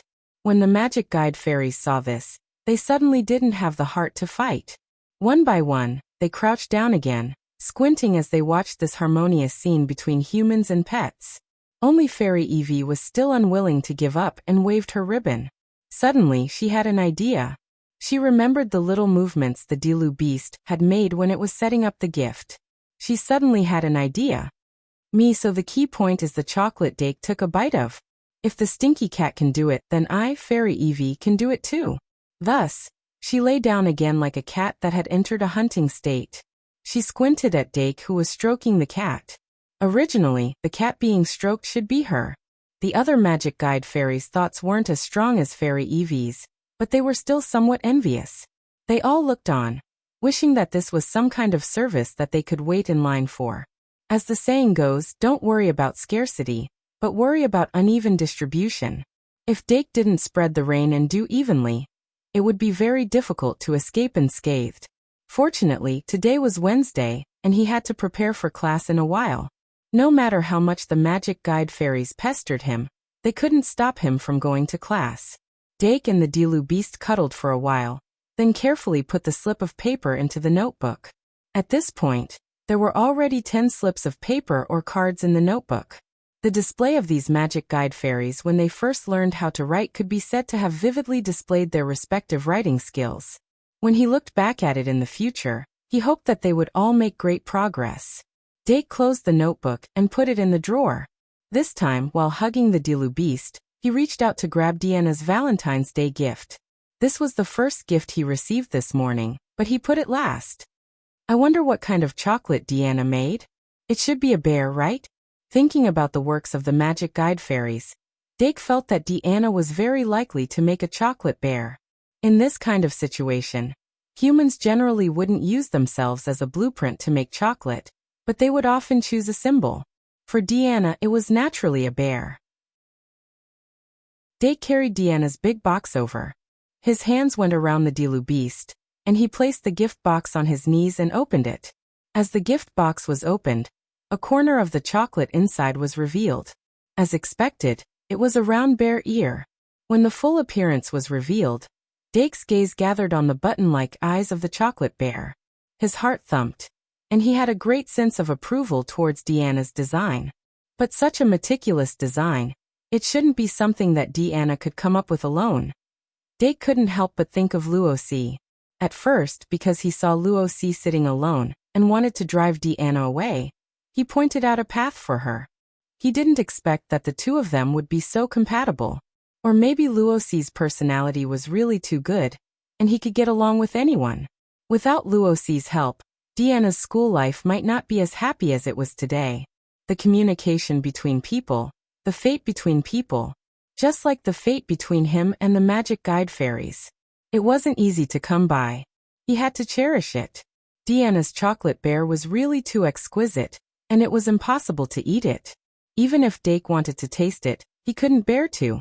But he hesitated for a long time, and the Dilu beast in his arms suddenly stretched its head forward, and then bit off one of the bear's ears. Good. At that moment, the magic guide fairies who were secretly watching couldn't help but praise it in their hearts. Everyone was pecking at each other, and suddenly a fairy bear popped out, and it was an outsider's. Of course they couldn't help but bite it off. There was a slight commotion in the dormitory. Dake looked at the Dilu beast chewing the bear's ears with a drunken face, and he didn't know how to reprimand it. He was stunned for a moment, and then he subconsciously reached out and pulled off the other bear's ear, and then tasted it. Should he say that it was really Deanna's style? The taste of this chocolate bear was the opposite of the chocolate that the Dilu beast dominated. It was mainly sweet, mixed with a trace of the unique bitterness of chocolate. Too much sweetness could easily make people sick. The reason why people couldn't get tired of eating chocolate was because of the trace of bitterness in it. That was it. All the gifts received this morning had been opened, but there weren't many who had really tasted it. It was obvious that the magic guide fairies hoped that Dake could eat all the chocolate in front of them, so the idea of keeping it as a collection was directly rejected. It was just that there were too many chocolates on the table, and they definitely wouldn't be able to finish it in a short time. Dake rearranged the gift boxes, and decided to start with the love chocolate of the polymorph beast. Today, the little devil beast obviously didn't have time to get breakfast. After Dake ate half of the love chocolate, he carried the Dilu beast, whose eyes were closed, to a small bed, covered it with a blanket, and then told the magic guide fairies to take good care of it. He quickly prepared his textbooks, carried his backpack, and went to the cafeteria to eat breakfast. Chocolate couldn't be eaten. Before leaving, he gave each of the magic guide fairies a hug, to thank them for the chocolates. But in fact, their existence was the best gift that this world had given him. Ever since the little devil beast took care of it, Dake rarely came to the cafeteria in the morning. Coming again today, he suddenly felt a sense of novelty, because the first class started at 8 o'clock sharp. So the students would often come to the cafeteria between 7 o'clock and 7:30. Those who came early would be more leisurely, and those who came late would be in a hurry. The castle was too big, and it took a lot of time to travel. Valentine's Day wasn't a very formal holiday. The cafeteria didn't have any decorations because of it. However, the atmosphere of the students flirting with each other was abnormally obvious, and the smell of spring almost overflowed. Couples were lovey-dovey. The bachelors looked left and right. Dake ordered a small rib, an egg, a piece of bacon, and a bowl of corn soup, preparing to change the taste this morning. He carried the plate to an empty seat, and observed the life from a detached perspective. Suddenly, his line of sight flashed, and someone blocked in front of him. Although the person lowered his head, Dake was still able to recognize him at a glance. He was indeed a first-year student of the Night Academy. In the cafeteria, he gave out Valentine's Day chocolates in front of everyone. How much courage did he have? Dake held the plate with one hand, and reached out to take the chocolates that should be from a shop. The girl with the scarf wrapped around her cheeks ran away as fast as she could. Dake paused for a moment, maintained his elegant posture, and continued to move forward. Even if he was actually a conservative boy who leaned toward the ancient and traditional way of thinking, at this time, he had to show the bearing of a sea king. This might be the hypocrisy of a noble. Dake sighed slightly in his heart. Then he put down the plate, and began to eat his breakfast meticulously. But many people around him still had their eyes on him. That was why he didn't like to eat breakfast alone in the cafeteria, because it was too eye-catching. Some people were born to emit light, but some people's light would gradually dim. Some people would only shine brighter. Dake didn't open the chocolate gift box in the cafeteria, but put it in his bag for the time being. Not long after him, a boy suddenly came in with a bouquet of roses, knelt on one knee, and blocked the path of a senior, and then reached out to hand the roses and chocolates. Dake watched with interest. He imagined that others might look at him with the same attitude. Sure enough, a spectator shouldn't be reduced to a spectator. Pa! A crisp sound exploded in the cafeteria. Everyone's eyes instantly focused on it. Without any hesitation, the senior female student slapped the boy's chocolate box and sent it flying away. How many times have I told you stop bothering me? The girl yelled impatiently, then picked up the plate and left. Only the boy silently picked up the chocolates and walked out of the cafeteria. This was probably the set song of Valentine's Day. It was said that some boys had been looking forward to this moment and were amused by it. But they were the same kind of people, so why bother? The cafeteria was filled with unkind laughter. This was the reality between boys and girls. It was also Valentine's Day. When a girl gave a boy a gift, the boy was generally embarrassed to refuse it on the spot. When a boy gave a girl a gift, the girl would generally refuse it cleanly. When a boy received a lot of chocolates, it was something to show off. When a girl received a lot of chocolates, most of them would be troubled. After all, this world was still a patriarchal society. It had aristocratic polygamy. Even if the status of women was constantly rising, it still needed a process. Halfway through Dake's meal, Deanna and Luosi found him in the crowd, then happily sat across from him and talked about what they had seen and heard on the road. What about a senior who confessed to a senior who ended up being kicked? What about a junior who confessed to a senior who ended up agreeing on the spot? Then the junior who went back on her word. In short, there were all kinds of things. Dake cut the steak into thin pieces and inserted a fork into it. As the juice flowed out, a meaty aroma assailed his nose. He didn't participate in the conversation between Deanna and Luosi because he always felt that there was a hidden hint.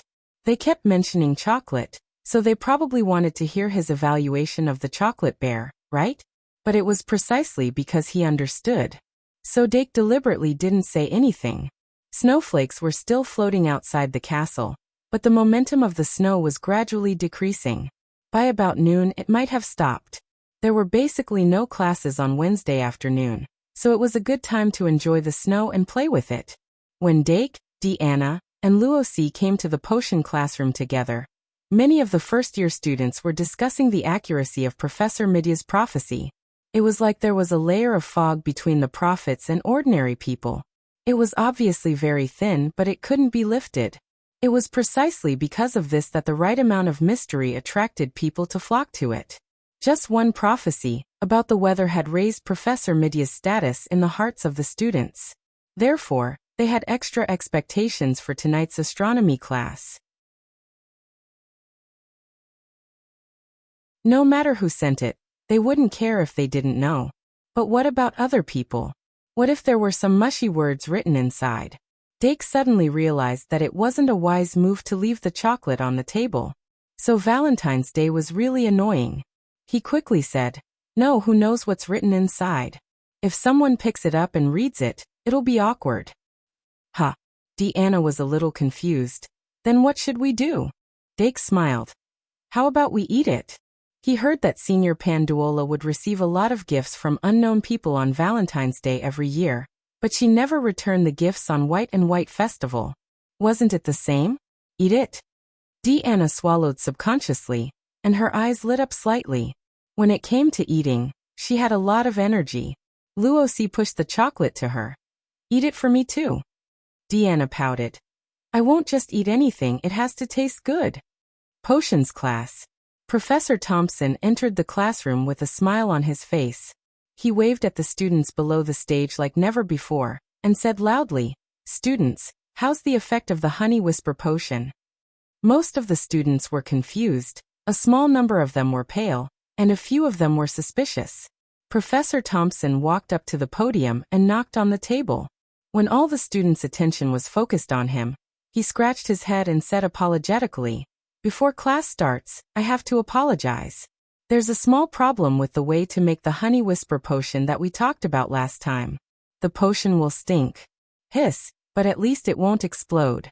I don't think anyone will make this potion, right? So it's still not too late? He laughed to himself, then turned to the blackboard and wrote as he said. Today, we're going to talk about using a list of ingredients to deduce the medicinal properties of a potion. Now please turn to page XX of the textbook. Anyway, he looked fine. Most of the students also looked fine. A small number of students quickly pretended to be fine after noticing the abnormality. Only a few students could not help but reach for their backpacks. These people, after making the potion, don't they experiment with the effects? Dake twirled his pen and glanced at the few boys and girls who looked uneasy. He guessed that they probably made the potion in a hurry and wanted to use it. Or maybe they only gathered the materials to make one bottle. Now that I think about it, Professor Thompson is really sinful. Haha. Although the beginning of this potions class was a little dramatic, the content was very important. Dake temporarily put aside the Valentine's Day and the chocolate, and began to listen to the class attentively. The explanation of theoretical knowledge was sometimes relatively boring, but it was necessary. If it was in the past, he would most likely be drowsy listening to it. Now his self-control had improved by quite a bit. 1.5 hours later, the potions class ended. Professor Thompson did not mention the honey whisper potion again. The students packed up their textbooks amidst the laughter and went to the summoning class one after another. Deanna walked on the road and could not help but open the chocolate that someone gave her. Inside it was a peach-shaped card with colored edges. Deanna took out the card, and Luosi went over to take a look. There were small words written on the card. Dear Deanna, I've been watching you all this time. From the time you were assigned to the Aristocrat Academy during the Academy allocation ceremony, bravely advancing in the duel class, striving to be the best in the Halloween event, showing yourself in the club's recruitment competition, shining in the newcomers competition. I've been watching you all this time. You are the white moonlight in my heart, the treasure in my palm. I don't ask for your favor, I just want to fulfill a small wish. Excuse me, can I feed you? Deanna. Luosi. It's a girl. Deanna could not help but pout, and then she stuffed the chocolate into her mouth and bit it in half. Crunch. Dake silently quickened his pace, indicating that he did not hear anything. Summoning class. After Professor Earbook collected the huge amount of homework from the previous class, he began to explain the content of the homework. Sometimes he would set a rule to use homework paper to complete the homework, and many times he would not give it out after collecting it. Some students suspected that he did not mark the homework at all. However, because Professor Earbook clearly stated that the homework would be counted into the final grade, no one dared to take the risk to verify. In short, this class was a very fulfilling one. After the summoning class ended, the students finally welcomed an entire afternoon of rest. Some of the students had already started to plan for Valentine's Day. After lunch, Dake returned to the dorm. He was a bit worried about the condition of the Dilu beast. But thinking about it carefully, it only ate a liqueur chocolate, so it shouldn't be drunk for too long, right? Therefore, he was quite relaxed. Since today was a rare snowy day, he wanted to take the magic guide elves outside to play in the afternoon. With Paradise, it would only take a little bit of effort to summon them. However, he did not tell them about this surprise yet. On the way back to the tower, he found that there were more and more people outside, and the outside of the castle was gradually filled with laughter. Deanna and Luosi walked beside him, pretending to casually ask him to play in the snow in the afternoon. He then revealed a bit of his plan. Deanna immediately said, "Then I'll bring the red panda too. No, it's so cold outside, I have to give it a warm body." She became excited as she said this. Changing clothes for dolls seemed to be a common hobby of girls. Deanna obviously did not care about her own clothes, but she always liked to change clothes for her familiar. Luosi looked gratifyingly at Deanna, who successfully got on the car, and thought that it was time for her to bring her familiar out for some fresh air. Although she always felt that her familiar was too clumsy compared to Dake's, a clumsy child still needed to be loved. Then let's do it at 2 o'clock in the afternoon. Dake arranged a time, and then separated from the two in the common room. As expected of Valentine's Day, Even the number of couples in the common lounge had increased by a lot. Dake sighed and went up the stairs. Stopping in front of his own dormitory, Dake took out the key to open the door. With a gotcha sound, the dormitory door was successfully opened, and a mysterious world slowly unfolded in front of his eyes. After taking a look inside, the smile on Dake's face disappeared. He silently entered the hallway, closed the door behind him, and put on his slippers in one go. Then he walked into the room, and with a glance he saw all the magic guide elves. At the top of the cat tree sat the lofty Dilu beast as usual. It was obviously completely awake, and at the moment, it was reading a picture book, with a small dictionary and some snacks on the side. Dake prepared a lot of snacks for the magic guide elves, so that they could take them at any time. When Dake entered the door, the Dilu beast slightly raised its head to look at him, and then continued to immerse itself in reading. Up until this point, everything was normal. But a little below the Dilu beast on the cat tree, there was a fur ball with its belly facing up, for paws spread out, lying there softly, and its cheeks were flushed. And a little bit below, the little demon beast was hanging on the edge, as if it could fall down at any time. Not far away, the Chio sea lion was dizzily soaking in a small air cushion pool, spitting out bubbles from time to time.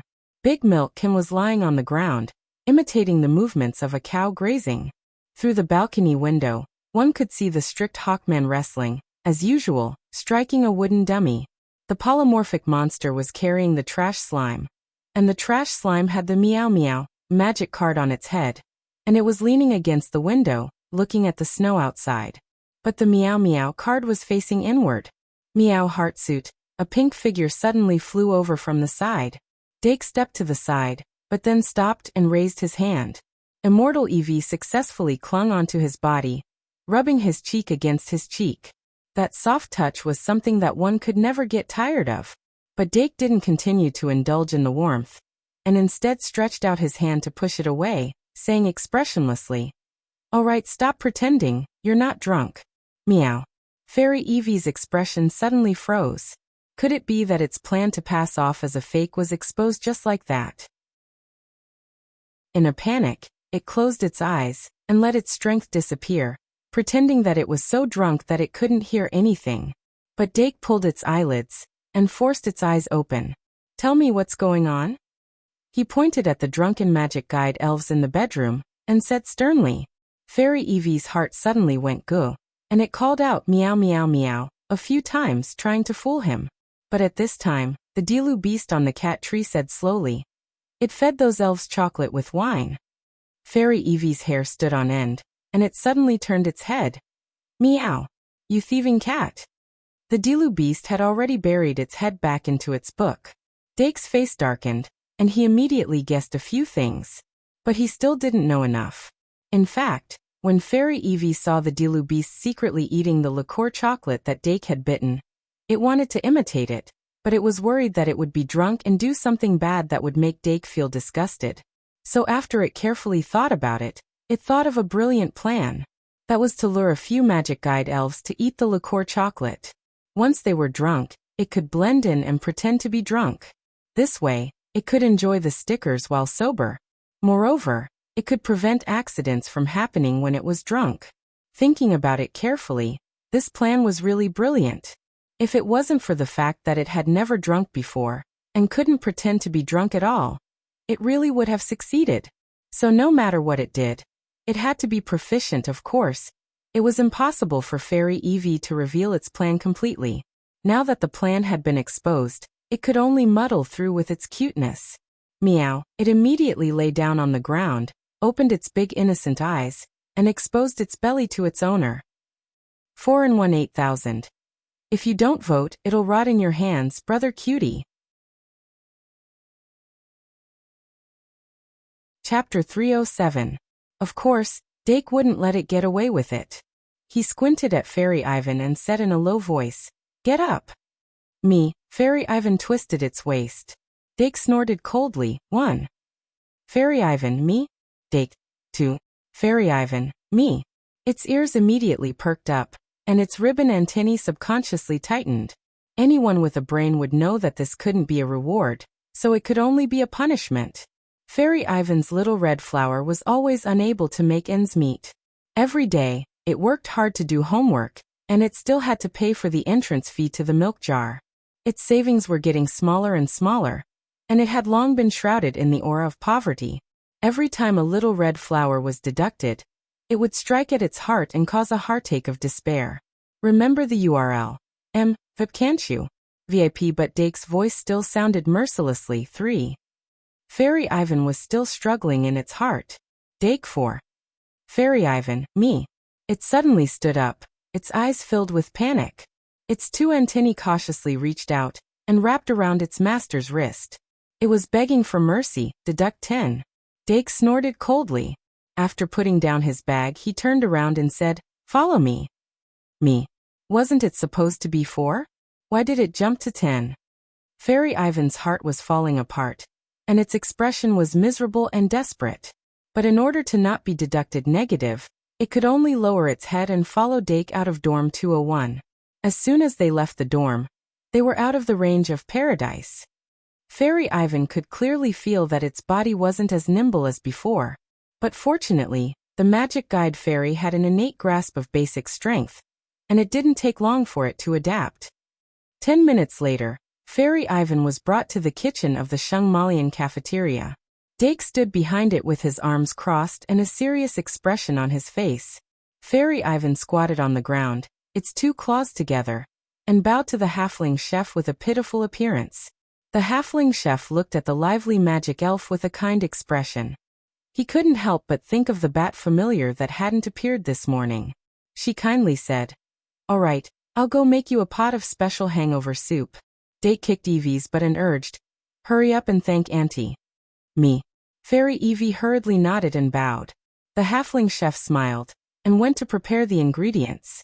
After she left, Dake leaned against the wall so as not to disturb the other halfling chefs. Fairy Ibu carefully moved over and clung to his leg, using his face to squeeze. Fairy Ibu way. If you make a mistake, you must pay the price. Only by knowing pain can one be alerted. Dake's gaze was slightly cold. He did not pay attention to Fairy Ibu's warm words.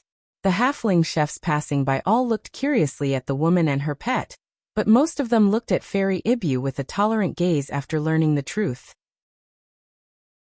Clearly, they were the perfect example of a loving mother leads to a wastrel son. Dake himself was also a failed product of excessive spoiling, so he was very vigilant about this. Just like the behavior of the little fiend beast after it evolved into the little fiend beast. Although it was pardonable, it still couldn't be ignored. Fairy Ibu's subjective mistake needed to be educated. Although the magic elves were all-powerful, their minds were still young and immature. As their master, Dake's behavior would have a huge impact on their mental growth. The little fiend beast and the Diru beast were the most obvious. The little fiend beast was originally a crafty demon that was good at scheming and lying. But now, it only occasionally spoke a few words and was as honest as a child. Oh, it was a child to begin with. And the Diru beast's arrogance and diligence were like Dake's bloodline. He only hoped that after this incident, Fairy Ibu would be able to learn her lesson. Next time, even if you want to do something, don't be so stupid. A quarter of an hour later, Dake obtained a pot of hangover soup from the halfling chef. This thing had been used on Professor Li, and the effect was pretty good. Moreover, the magic elves weren't too drunk, so it shouldn't take long for them to sober up. Dake brought Fairy Ibu back, and gradually discovered that more and more students were gathering outside the castle. The students were like swans gliding on the frozen lake, and there were people making snowmen and having snowball fights all around the lake. They were very happy. His mood gradually calmed down. In fact, he wasn't really angry. He was just putting on an act. After returning to the dormitory, Dake gave the task of feeding the hangover soup to Fairy Ibu. Then he sat in front of his desk, took out a book, and slowly started reading. This afternoon he wanted to enjoy life as much as possible. About half an hour later, the magic elves woke up one by one. The main culprit, Fairy Ibu, was forced into a corner by them, and the shadow of revenge gradually invaded. Seeing that Fairy Ibu was about to perform, "Fairy Ibu, no misery," Dake couldn't help but laugh and say, "All right, everyone get ready. At around 2 o'clock, I'll take you out to see the snow." When these words came out, the magic elves instantly stopped, and one by one, they pricked up their ears and looked at him, urgently wanting to confirm if they had misheard. Dake slowly repeated, "You can bring some snacks, milk, and treat it as a last winter outing. Although it's actually spring now. But when you return, remember to collect the trash. We are quality tourists, do you understand?" Mumu. Fuu. Wow. The magic elves surrounding Fairy Ibu immediately scattered, and one by one, they excitedly looked for their own small bags, and then desperately stuffed snacks into them. Of course, there were also some that carried a small drawing board-like kettle. That was something Dake had prepared for it after seeing that it had a talent for drawing. As for the Dilu beast, its cat ears twitched, and it began to choose a picture book suitable for reading in the snow. It gradually had a bit of an artistic style. The little devil was the first to take out its scarf and hat, and put them on before it even left the house. Although the other magic elves didn't have hats, they all followed suit and wrapped their scarves around themselves. It was just that the trash slime's body was too small, and its scarf had been turned into a swaddling cloth by the polymorph, and then it was placed inside. Of course, the milkkin didn't forget to fill up its sure-kill skill, drinking milk. With Dake watching from the outside, it wanted to try and wander around even further. The sea lion, Chio, who was the first to prepare, had already begun to dance, and held up a huge bubble. In short, the time passed by quickly after all this. Dake stuffed his notebook, books, teacups, and other things into his bag, and then took out Paradise and put it into his card bag. He didn't put all the magic elves back into the card, and instead brought them out in a grandiose manner. Anyway, many people in the academy already knew that the little cow that always brought the little cuties around was a first-year student of the Aristocrat Academy, Dake Diming's magic elven.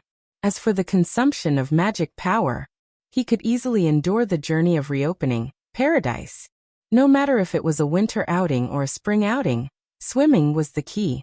Swimming from the starting point all the way to the destination was also a kind of experience. Dake clearly remembered that when he was in elementary school, he carried his bag lined up and walked all the way to the park and other places under the guidance of the teachers. The happiness at that time was hard to find even in the amusement park when he grew up. Deanna and Luosi, who appeared on time at the entrance of room 201, probably didn't expect that their group would be so large. The two little girls had changed into beautiful winter clothes, scarves, gloves, hats, and everything else. Deanna looked eager to give it a try, and her mind was probably already fantasizing about building the Shungmalian's largest snowman. However, when she saw the magic elves timidly walking out of Dake's dormitory, the previously shelved idea of having a snowball fight once again overshadowed the idea of building a snowman. Originally, she thought that no one would have a snowball fight with her, but now she didn't have to worry at all. Dake let her and the magic elves mingle together like a kindergarten class leader, and walked at the front, becoming the locomotive of the group. He walked side by side with Luosi. This large group of people and pets walked down the stairs in a grandiose manner, and arrived at the common room of the Aristocrat Academy. The magic elves and Deanna's chatter poured into the common room. In the common room, the boys and girls who were hugging the fireplace for warmth were firmly attracted to this scene in an instant. This unprecedentedly grand scene made them almost forget what they were doing. Even the boys and girls who were kissing each other froze. It wasn't that no one liked to walk around with magic elves, but to bring a large group of them like this, was it because there was too much magic or something? Moreover, the expressions and movements of this group of magic elves were like living creatures no matter how one looked at them. Each and every one of them looked like they grew up eating cuteness. In the past, there was a profession called beast tamer, who fought by taming monsters. When they went out, they would often travel in groups like this. However, in this era, beast tamers who were far behind the times were almost extinct, and could only be seen in circuses. At this moment, Dake had a bit of the demeanor of a beast tamer. It wasn't until Deanna and the magic elves' train left the common room that the students of the Aristocrat Academy suddenly came back to their senses. Then the discussion erupted like a volcano. A few girls whispered a few words to each other, and couldn't help but follow. They didn't want to rush up and carry one away, but just looking at the group of little guys from afar made them feel satisfied. Under such circumstances, a student who usually stayed in the common room suddenly stood up and quietly walked upstairs. Aristocrat Academy Tower, room 501. The president of the Aristocrat History Research Society, Angus Jeffrey, was drinking afternoon tea surrounded by members of the society. Angus Jeffrey was a fourth-year student, and he became the president of the Aristocrat Academy Research Society in the second half of his third year. It had almost been a year since then.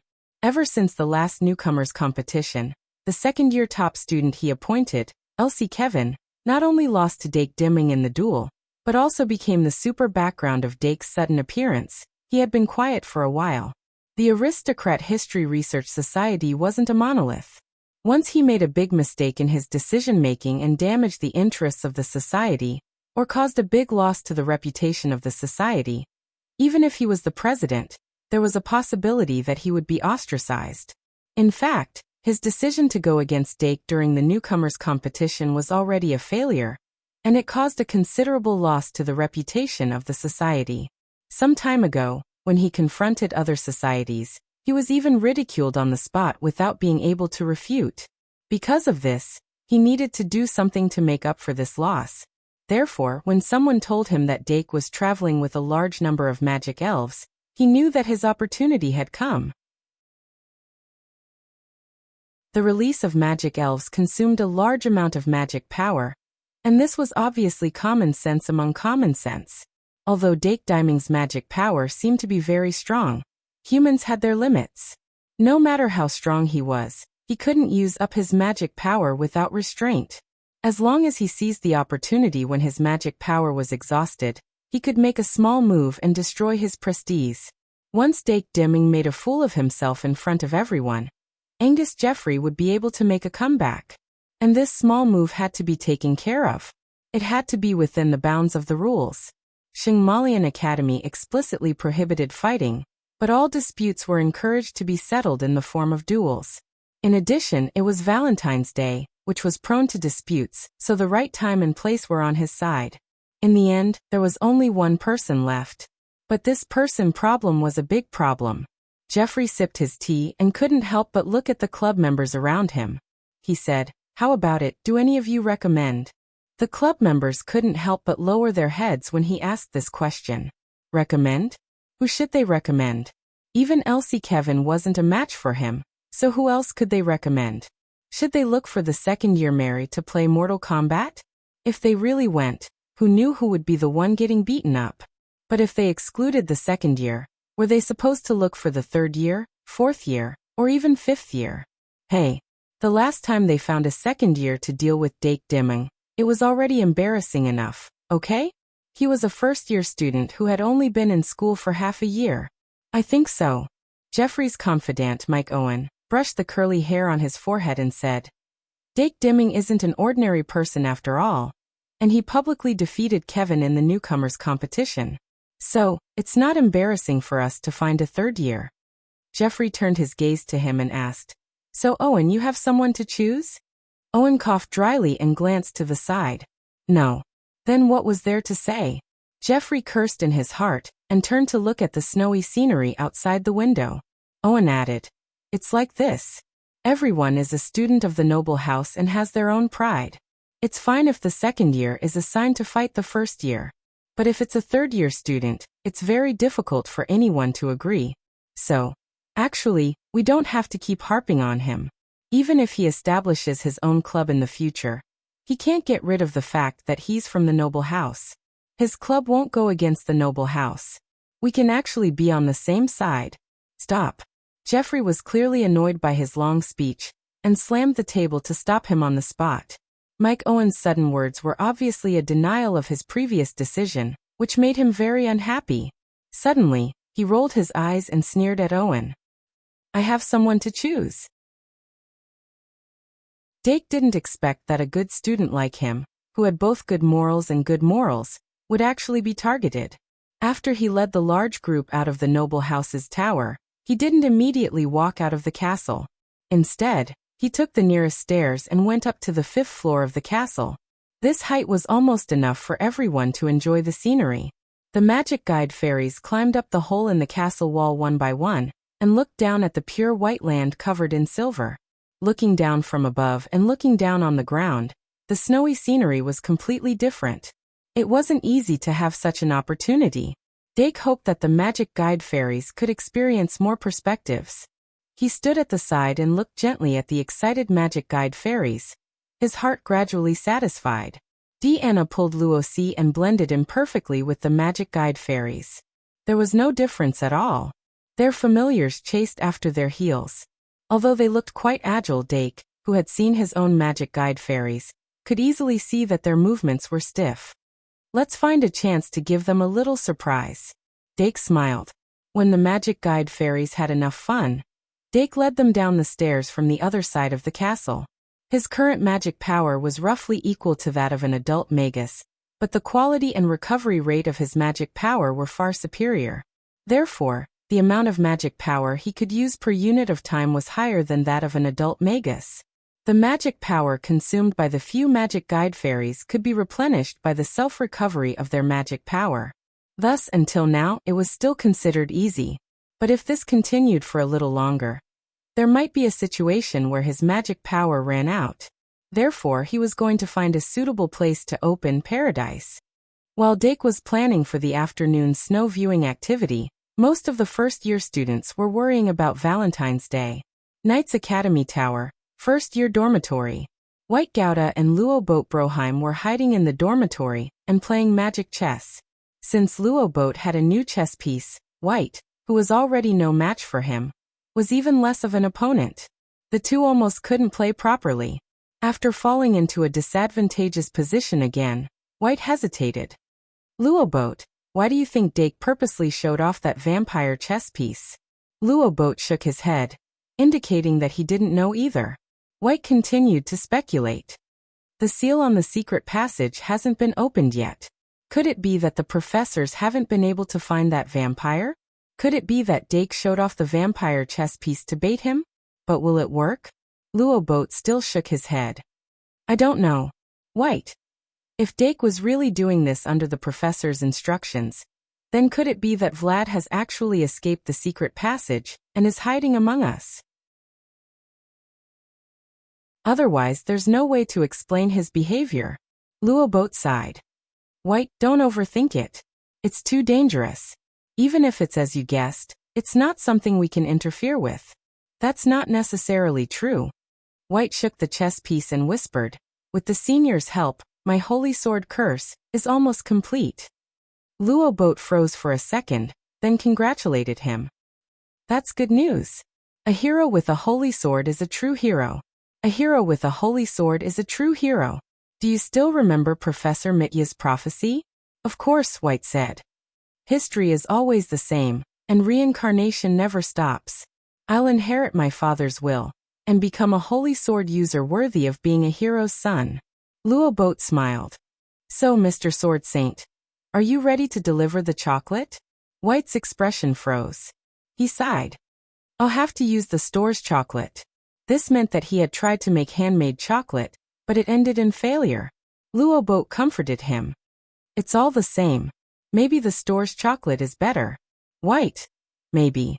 As he sighed, his castle was completely captured by Luo Boat's chess pieces. But his thoughts had drifted away. Luo Boat asked, how about it? Have you thought about how to deliver it? Do you want someone to deliver it for you? Do you want to quietly put it at the front desk? Or do you want to deliver it yourself? White came back to his senses and said firmly, I'll deliver it myself. I'm a hero's son. Half an hour later, White and Luo Boat appeared at the entrance of the library. White was nervous as he approached the door. He hesitated for a while, and when he saw that no one was at the door, he gritted his teeth and walked into the library. Panduola was reading at the front desk. She had an appointment with Ms. Bella to change shifts at 3 in the afternoon. There was still half an hour before 3 o'clock. She had been receiving gifts since she started work at noon, and there was a small mountain under the counter. The boys who gave her chocolate probably realized that confessions were useless after experiencing the pain of the past few years. So they left after giving her the gifts. There were also some people from the fan club who sent large amounts of chocolate and flowers. It was like this every Valentine's Day.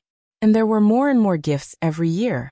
In short, as long as it wasn't a face-to-face confession, Panduola would accept them all. As for what she would do with them, of course she wouldn't eat them and show them off. Valentine's Day chocolate was a good secret material. Panduola looked up at the door. The two first-year students had been standing there for a few minutes. These people loitering in front of the library were troublesome for the librarian in charge of registration. But she had a question she wanted to ask, so she held it in. Finally, the black-haired boy walked into the library. But if one only looked at his expression, they would mistake him for a battlefield. Register. When he walked closer, Panduola pushed the registration form to him. White's expression froze, and he looked at the registration form for a long time. Then he gritted his teeth and picked up the chocolate box hidden behind him. Then he said loudly, "Senior, please accept my chocolate." Panduola pointed at the table and said, "Put it there." White turned his head and put the chocolate in the small pile of boxes. He wanted to say something else, but Panduola asked, "Oh yeah, you and Dake Dimming are classmates, right? Do you know where he is now?" 3 in 1/6,000 words. Looking for votes.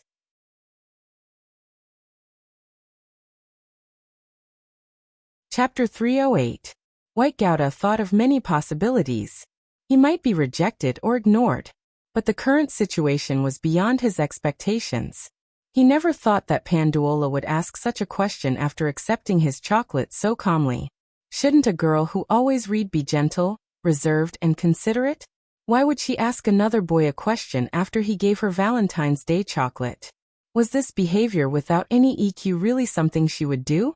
And why didn't she feel anything when she accepted the chocolate? Where was her shyness? Her worries? What kind of person is she? White felt a trace of disillusionment. 1 second to remember https://m. VIP can't you? VIP. It seemed that it was only at this moment that he suddenly realized that Pandora was not the image of his mother in his imagination. After a long while he lowered his head and said, "No, I didn't see Dake." Before he finished his sentence, he suddenly turned around and ran away without looking back. "You don't know?" Panduola looked at White's quickly disappearing figure, and could not help but sigh softly. Then, she lowered her head and continued to read her book. To her, White was a stranger who had no interaction with her other than registering at the library. A complete stranger naturally did not have the need to care about what he thought. She did not see him as a bug only because she grew up with the help of people. Her sense of identity with humans slightly overpowered her natural instincts. As for the reason why she accepted the chocolate, it was because of a temporary need. And too many people had given her chocolate, so she gradually became numb. When she received the Valentine's Day chocolate for the first time, she was actually confused. But that was all in the past. Unfortunately, she did not manage to get information about Dake's whereabouts from the boy, so she had to find him herself. Could he be in the snow? After the handover, I'll go for a walk in the snow. If I can meet him, then it's fate. If I can't, then forget about it. When she thought about walking in a world of ice and snow, Panduola could not help but frown. She hated snow. Valentine's Day was like this. Some people were happy, while others were sad. Although the white Gouda was not rejected, it seemed to be more painful than being rejected. He realized that he had fallen out of love, completely out of love. Previously, he had always felt that it was enough to slowly get in touch with it. When he talked to the seniors in the Marine Biology Research Department, they all came to the same conclusion. Sincerity can move metal and stone. He would start from the first time he gave her a gift, so that she would notice him. Then he would give it away every year, hoping for a change. For a boy to chase a girl, the most important thing was to be thick-skinned. If he persisted for a long time, he would eventually receive a response. In short, the seniors of the Marine Biology Research Department helped him summarize all kinds of skills. He also told himself that he had to persevere. However, the truth was that the first time he gave her a gift, he had already broken her defense. Luo Boat was eavesdropping at the door and witnessed the whole process. As a boy who also had no experience in love, he could only pat his best friend's back and say a few words like "it's okay and it'll pass." He thought White was just upset because she had been rejected. Luobo even thought that it might be a good thing to be rejected. White should also focus on his studies. They were only in their first year, and should spend more effort on their studies. Only by laying a good foundation could they have a better future. Moreover, wasn't the magic chess good? Why don't we go and see the snow? This year is over. I don't know when we will encounter such heavy snow again. Okay. In the snow near the lake. Dake asked the magic elves to clear an open space, and then began to expand paradise. Although he thought of expanding the entire paradise, he did not do so in the end. In the faint white light that reflected the snow, the range of paradise continued to expand, but only 2 round tables and a dozen stone benches appeared in the open space. Although Luo Si and Deanna already knew that he had such a venue card, they still felt that it was magical when they saw it at this time. Deanna patted the stone table curiously, sat down on the stone bench, and then put the big and small bags on the table. The snacks she brought were no less than the magic elves. The magic elves glanced at her and followed her example, putting their small bags on another stone table, and then couldn't wait to take out the snacks and eat. The feeling of returning to the embrace of paradise made them feel excited. Woofufu, the sea lion rubbed against Dake's calf and then pointed at the frozen lake. Dake touched its head and smiled. Go. Chio sea lion immediately crawled towards the lake happily, and then glided on the surface of the lake. Although its posture was clumsy, it did not have to worry about falling because of its body structure. It was just that sometimes it could not stop when it slid. The students who were skating on the lake suddenly noticed that a small sea lion wearing a scarf had joined in, and could not help but play with it. No one dislikes cute little animals. And in the snow by the lake, the milk jug used round shape, and started rolling in the snow. The little demon beast flew in the air and chased after it. The Hawkman wrestling was trying out snow sprint. The polymorph was hurriedly protecting the trash slime that had almost been frozen into ice. The pitiful meow meow was thrown into swaddling clothes made of scarves and could only sullenly look at the clouds in the sky. Ibu. Little Ibu took the opportunity to walk to Dake's side and use its soft cheek to rub against his calf. Then with a bayou sound, it jumped onto his thigh and curled up into a ball, squinting its eyes to enjoy its master's warmth. Fairy Ibu secretly bared its teeth at this side, but it had just made a mistake, so it did not dare to act cute, and could only reluctantly make a snowman. Dake sat under the stone and gently stroked little Ibu's fur, his eyes filled with warmth. Huhu climbed on top of a stone and used its tentacles to hold a brush, trying to draw this warm scene with a brush. However, its level was actually based on the kindergarten class and the first grade of primary school. It used abstract techniques. The Dilu beast simply sat down on the stone next to Dake and spread the book on the stone table to read. But its gaze was still attracted by the magic elves rolling in the snow from time to time. Go play. Dake said gently. The Dilu beast's expression struggled for a moment, and finally solemnly closed the picture book and stuffed it into its bag. Then with a meow, it pounced towards the snowball. Cats all liked round things. This was their innate nature. Okay. Dake finally thought of meow meow. He waved at the polymorph. Hurry up. The polymorph carried the trash slime and moved over. Dake took the trash slime from its hands, then took out meow meow from the swaddling clothes and activated the usual summoning skill. Meow, meow meow, who finally saw the light of day, immediately meowed towards the sky. Its whole body of grievances was released. Then with all 4 limbs on the ground, it pounced towards the Dilu beast. The 2 cats rolled towards the snowball. Dake put the thermos bottle in the swaddling clothes and let the trash slime cling to it, then said to the polymorph, "Can you rest assured now? Hurry up." The polymorph immediately shouted happily. Then its body naturally changed from the slime shape to a meow meow. Then it turned around and pounced towards the position of meow meow and the Dilu beast. The sight of the 3 cats rolling around in the snow attracted countless gazes. That's great. Luosi hugged its own familiar rabbit and couldn't help but reveal an envious expression. After stuffing its entire cheeks with snacks, Deanna climbed down the stone block and ran towards the 3 cats that had already started the snowball fight. The panda familiar that was tightly wrapped in small clothes was mercilessly tossed onto the table. For a moment. Under the clear sky. On the snow. Laughter and cheers. Endless. Dake squinted at this scene, and occasionally a trace of absent-mindedness flashed across his face. The overlapping of the memories of two lives sometimes made him confused. But today's scene was actually something that he had been dreaming of for a long time. But to maintain this dream, he also needed to put in an equivalent amount of effort. No one could destroy it. In the clouds, Lily Laplace lazily lay in the sky. Her wings didn't vibrate, but they still supported her to float. The pure white castle made her recall something. But as time passed, the memory was already blurred. A long time was a gift that fairies were born with, but occasionally it would also become a problem. Slowly, she turned over in the air, and her 2 hands and feet were softly hanging on her petite body. Her eyes were like a salted fish, glancing at the crowd in the snow. Suddenly, her eyes lit up, and she found her little sweetheart in the snow. Hey! She grinned and slowly flew down. But as she flew, she suddenly raised her hand. Hiss! I have to prepare something. Thus, she tore a piece in the air and crumpled it into a ball in her palm. Then she activated the refining. A trace of light flashed. There was an almost transparent cube in her hand. Add some more color. Add some more patterns. Add some packaging. It's done. Thus, a piece of fake chocolate was forcibly created by her. With the gift, Lily flapped her wings and slowly flew down.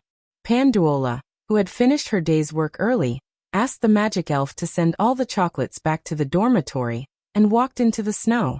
She didn't deliberately look for them, but just strolled in the snow. The cold wind made her a little uncomfortable, and she couldn't help but tighten her scarf. Her fluttering long hair was even more eye-catching against the snow. A faint aura of pressure was emitted from his body. The surrounding people unknowingly scattered to the side. At some point, Panduola had already arrived by the lake. She walked along the lake, and a snowball half the height of a person rolled all the way to her. She narrowed her eyes slightly, but didn't move aside. But the snowball suddenly stopped, and a bat-like familiar landed on the snowball, leaving a plum blossom-shaped footprint on it. Crash! The snow on the snowball suddenly scattered. A pink calf wearing a scarf unfolded its curled-up body, and looked at the girl in front of it in a daze. Panduola couldn't help but think of her young winged dragon, and the chinchilla grass in the dormitory. She bent down slightly, and wanted to reach out and stroke the head of the calf. But the big milk can suddenly shrank its head and turned back. It turned a big corner and rolled back the way it came. The little demon beast chased after it and flew blindly, letting out wild laughter. It was as if it was chasing after a prey that was fleeing in panic. The cold wind blew, mixed with sporadic snowflakes. Panduola straightened her back and lifted a bunch of hair that hung in front of her. She continued to walk forward, following the rolling trajectory of the milk can. There weren't many magic elves with such intelligence in the Shungmalian Academy. Moreover, she knew them. Not long after, the person she was looking for appeared in her field of vision. But she stopped at the edge. Many magic guiding fairies were playing in the snow. A lively girl mixed in with the magic elves. A blonde boy and girl sitting at the edge of the stone table chatting. The faint warmth around them. It was the atmosphere she had always envied. It was like a complete family. A private domain was carved out in this snowy land. There was a feeling that she couldn't get involved. However, she quickly smiled again. The cute junior brother took the initiative to wave at her. That was an invitation. So she took a step forward and stepped into that private territory. Senior, aren't you on duty this afternoon? Dake waited for Panduola to sit down before handing her a cup of hot tea and asking. Panduola took the teacup very naturally and held it in her palm, greedily absorbing the heat from it. She said, I came earlier today. Miss Bella asked me to come and see the snow. Of course, Miss Bella had good intentions. But in fact, she didn't have a good impression of snow. During the heavy snow, plants withered and animals hibernated. There was almost no food in the forest of exile. They could only starve.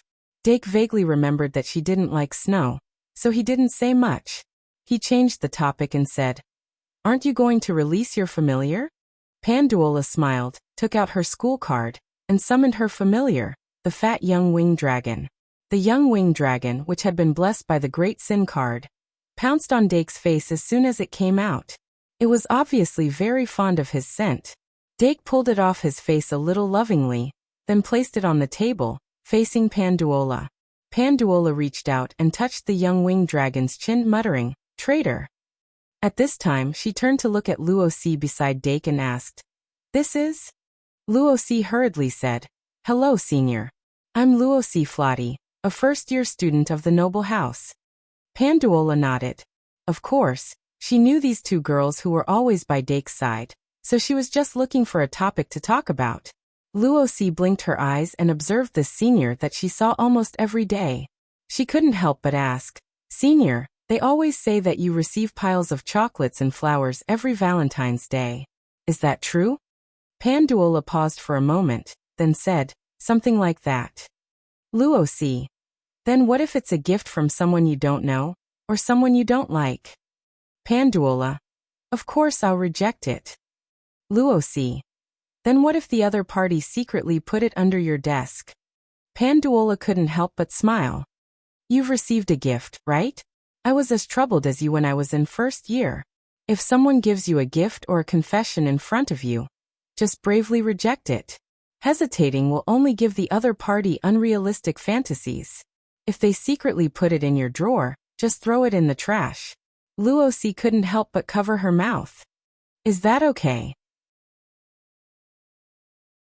Pandula said without hesitation.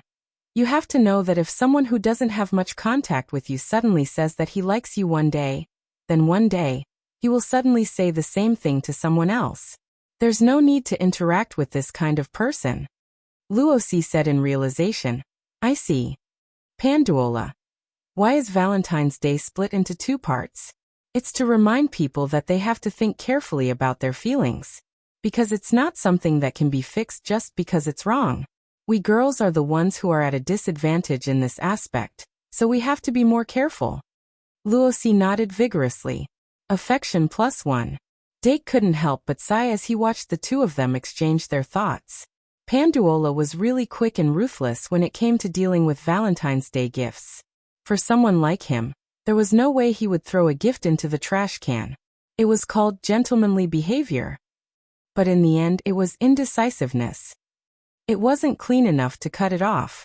But if he really did that, it would probably cause a bad reputation. Girls could be clean in this aspect, but boys couldn't. While they were talking, the sound of wings flapping suddenly came from above the three of them. When they subconsciously looked up, Lily Professor suddenly broke free from the state of invisibility and flew to the opposite side of Dark with a bayou sound. The little fairy, who looked to be the same age as Dark, giggled as she threw the fake chocolate into the pile of snacks. Then she pretended that nothing had happened and said, "What's wrong? Are you all playing here?" Dake didn't care much about the chocolate. He said, "It's the first snow of spring after winter. We have to experience it." Professor Lily looked around and observed the girls in this private area. Suddenly he said, "Did they all give you Valentine's Day chocolates?" Dake was stunned when he heard this. He didn't expect Professor Lily to ask such a question. But in this situation, he just had to tell the truth. So he directly said, "We're just friends." But from the corner of his eye, he suddenly saw Luosi silently take out a square gift box from her bag. Then, she copied Professor Lily and carefully put the gift box into the pile of snacks. So Dake's voice came to an abrupt end. Professor Lily's eyes immediately glanced at Pandula. Pandula smiled calmly and took out a bar of chocolate from her sleeve. Then she stuffed it into the pile of snacks. Finally, the two of them both glanced at Deanna, who was still rolling in the snow with the three cats. Dake said awkwardly, Yes, Deanna did." Squeak, squeak. Little Ibu seemed to feel threatened.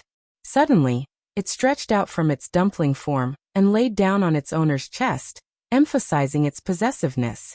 Dake subconsciously reached out and hugged it. Professor Lily glanced at little Ibu and suddenly said, "Dake, I want to build the biggest snowman in Shingmalian. Are you Deanna?" Of course, this sentence could only be kept in the stomach. Together? Dake asked. Panduola put her hand to her mouth and blew on it. Then she said sure. Luosi nodded subtly. The four of them stood up and found a place to start building a snowman. Until now. Only then did Mike Owen appear nearby. He looked at the people around Dake Dimung with a blank face and couldn't help but rub his eyes. A third-year girl next to him couldn't help but frown and scold. What's going on, Owen? Is this the first-year student you said is easy to bully? Dake Dimung? Look at who's next to him. Fourth-year Panduola Doragon, a fairy professor who has lived for more than 100 years. If you can't even see this, I think you should go back to the furnace and be reborn. Cough. Owen coughed dryly. Don't be like this, Maggie. I'm just following orders. Although Jeffrey was a little impulsive, he was not stupid. He actually wants to use this method to set the Aristocratic History Research Society up against Dake Dimung bit by bit. Many people in our society are fence-sitters. We have to give them some encouragement. Maggie.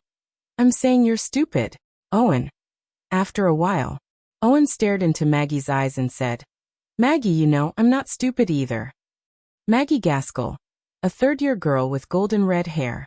Her facial features were delicate, especially her eyes, which were as beautiful as rubies. Under Owen's gaze, Maggie snorted coldly. If you're not stupid, why would you come up with such a bad idea? Owen shrugged. It's really bad. Jeffrey chose me to embarrass himself, not to put Dake Dimung in his place, but to put me in my place. Maggie. Why did you do this even though you knew? Owen. I had no choice. How about this, you go over later and just put the chocolate on the table. Then, you don't have to say anything and just leave. Leave the rest to me. Maggie picked up a chocolate gift box and couldn't help but growl. This is the chocolate I made for you.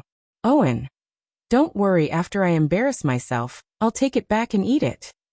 Maggie, get lost. Then, she threw the chocolate in Owen's face and turned to leave without looking back. Sigh. Owen couldn't help but put his hand into his curly hair and rub it hard. It was too difficult. Why did he have to suffer like this on Valentine's Day? He bent down to pick up the chocolate box that had rolled on the ground and lamented. I don't know if the chocolate inside is broken. However, someone picked up the chocolate box first. Senior, your chocolate. White Gouda handed the chocolate box to Owen and couldn't help but think to herself, what a pity. How pitiful. He must have been rejected like me, right? 3 in 1 6,000. Updated 20,000 words in 24 hours. Can't even be exchanged for a monthly vote? That can't be. TTT. It's the last day of 2020 and I'm still bitterly writing through the night. 10,000 at night.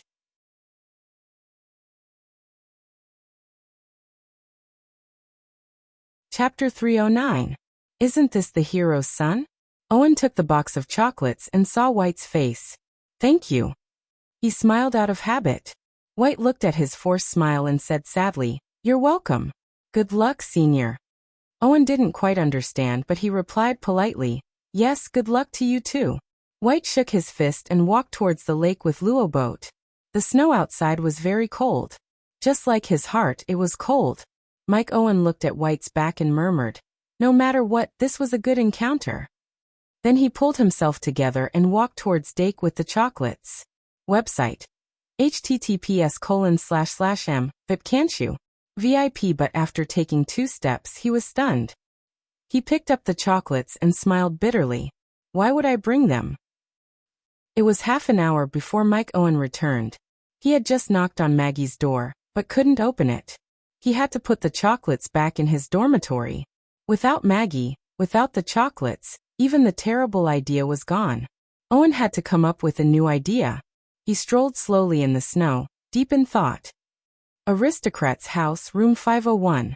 The president of the Aristocrats History Research Society, Angus Jeffrey, looked out the window for a while, but Owen still didn't make a move. He couldn't help but take a sip of tea, feeling a little annoyed. Just as Mike Owen said, he didn't really want to get back at Dake. In fact, after the newcomers' competition, he gave up on the idea of recruiting Dake. Originally, his purpose of recruiting Dake Dimung was to corrupt him, not because he valued him. From Jeffrey's point of view, because his father Earl Jeffrey was part of the Iron Prince's faction, he was destined to be at odds with Dake Dimung. This was a whirlpool that couldn't be reversed. But Dake Diming's performance in the newcomers' competition was too terrifying. Combined with his reputation in the academy, one could easily come to a conclusion. This was a genius who was wise, talented, and diligent, completely inconsistent with the rumors of the past. To deal with this kind of person, corruption and influence were difficult to achieve.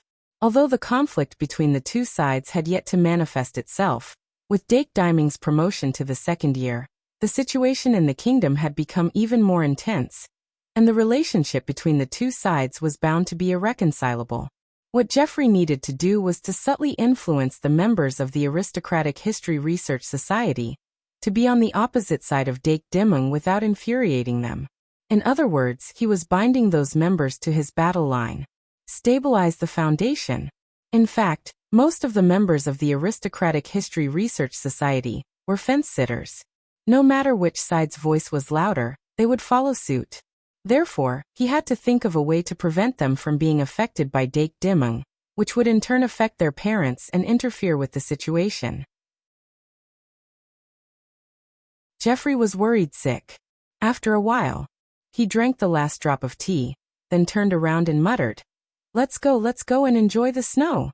The large-scale movement of these few core members of the Aristocratic History Research Society was still very eye-catching. The snowy ground became more lively, and by the lake, under the guidance of Professor Li, Dake really built a snowman. They tacitly did not use magic, and only relied on the strength of their hands to push the snowballs. But building a snowman was actually a technical job, and it was a difficult problem to ensure that the snowballs would not scatter as they got bigger and bigger. And if the snowballs were too big, it would be very dangerous. So in the end, Professor Li still secretly cheated. Of course, if they did not use magic, they would not be able to stack a snowball with a diameter of more than 10 meters. When Professor Li waved his fingers to move a huge snowball onto an even bigger one, all the people outside the castle who were playing in the snow focused their attention on it. It was really too big. The students would always be subconsciously restrained when doing things in school. If such a big snowman fell, it would not be a joke. So it was already very exaggerated for everyone to make a snowman that was 4 or 5 meters tall at most. But they did not expect that there would be a fairy professor who was not restrained at all. Ha ha ha ha ha. The fairy fluttered her wings and flew around the 2 snowballs that were successfully stacked, and her bell-like laughter was endless. She had not been so happy in a long time. The 2 huge snowballs were frozen in the center by her magic, and an icicle was used as the axis to connect the 2 snowballs. This made them so big that they would not fall. After being happy for a while, Professor Li quickly flew down and shouted to Dake and the others, "Quick! Eyes, nose, arms, and hat, get them up!" Haha. But Dake just stood there and laughed dryly. After looking at the 2 huge snowballs stacked, he suddenly realized that there were no eyes, nose, arms, or hat that could match. "What should we do, Dake? It's too big." Deanna had already joined in. She stood beside Dake and looked up at the snowman. She was so happy that she could not close her mouth. Dake suddenly had an idea and said, "How about we draw it?" "Draw?" Professor Li tilted her head and thought for a while. She suddenly clapped and said, "Good idea." Thus, she refined a colorful substance on the spot and began to draw on the snowman. Slowly. It wasn't just the humans. The magic elves also gathered around Dark and the others. They squatted beside Dark and the others and looked up at Professor Lily drawing on the snowman's body. Her drawing skills were not very good, but the precision of her strokes was definitely full marks. As the completion rate increased, more and more people were attracted. Hundreds of students stood at a certain distance and watched the huge snowman gradually take shape. After today, this snowman would definitely leave a strong mark in their memory. In the crowd, White and Luoboat stood side by side and unknowingly gathered together with the crowd. Luoboat's eyes were completely focused on the snowman, but White's eyes could not help but look at Panduola, who was beside Dake. Pandora stood there and naturally revealed a bright smile. It was completely different from the way she looked when she was facing him. He clearly felt that he was disillusioned with Panduola, but when he suddenly saw that smile, he was in a daze again. The so-called love at first sight was mostly based on superficial knowledge of appearance. However, he had secretly liked her for half a year, and was greatly disappointed at Christmas because of this. This experience and sacrifice was difficult to give up. He felt that he was better again. I still like her. It's normal for her to ignore me. After all, we're just strangers. She accepted the gift I gave her today. This is a start. At least the next time we meet, I won't be a passerby. White reached out and pulled out Taboo Love from the secret compartment in his sleeve. He wanted to see how much Pandora's favorability towards him was. However, there were too many people in front of him. It was not very convenient. He restrained himself until Professor Lily drew a circle on top of the snowman's head. Xingmalian's largest snowman was finally completed. She flew down with a satisfied expression and said proudly to Dake, "How is it? Am I great?" Dake could not help but sigh. Great. It was really great. This snowman was forcefully painted into a painted pottery. Clap, clap, clap. All of a sudden, the students around him started clapping. The applause gradually became thunderous. Professor Lily smiled proudly and kept spinning in front of Dake. At this time, the sky was slightly dark and the sun had begun to move to the west. After playing for the whole afternoon, the students felt a little tired after enjoying themselves to the fullest. This huge painted snowman became the best farewell gift. After seeing it, many people left the snowfield in groups and returned to the castle to walk to the cafeteria. Dake and the others returned to the center of the paradise and sat down on the stone blocks. Among the snacks piled up on the table, the 3 boxes of chocolates had already been secretly put into Dake's bag. Since the chocolates were given by the 3 people, of course he did not want to lose them. When he returned, he would find time to open them and take a look. White stood there and watched the crowd gradually disperse. He picked up Taboo Love again. Now he needed to give himself a goal.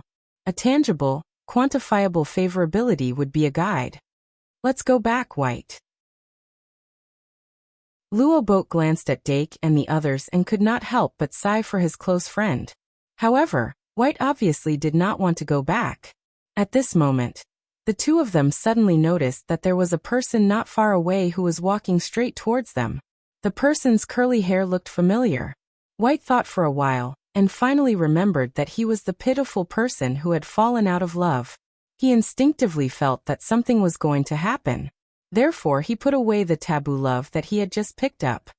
Michael Owen braced himself and walked forward. He watched for a long time and thought for a long time, but in the end, he still could not find a better way to insert himself. But Angus Jeffrey had actually brought his men out. Under the gaze of the president, he could only bite the bullet and look for trouble. So much time had passed. Dake had not put away the magic guide fairies.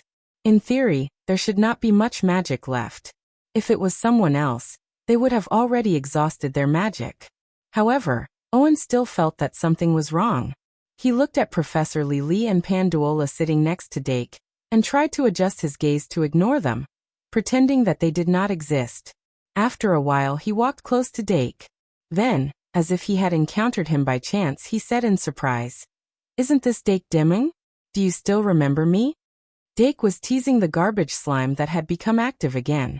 Hearing this, he couldn't help but turn his head to look. Owen's appearance was actually quite eye-catching.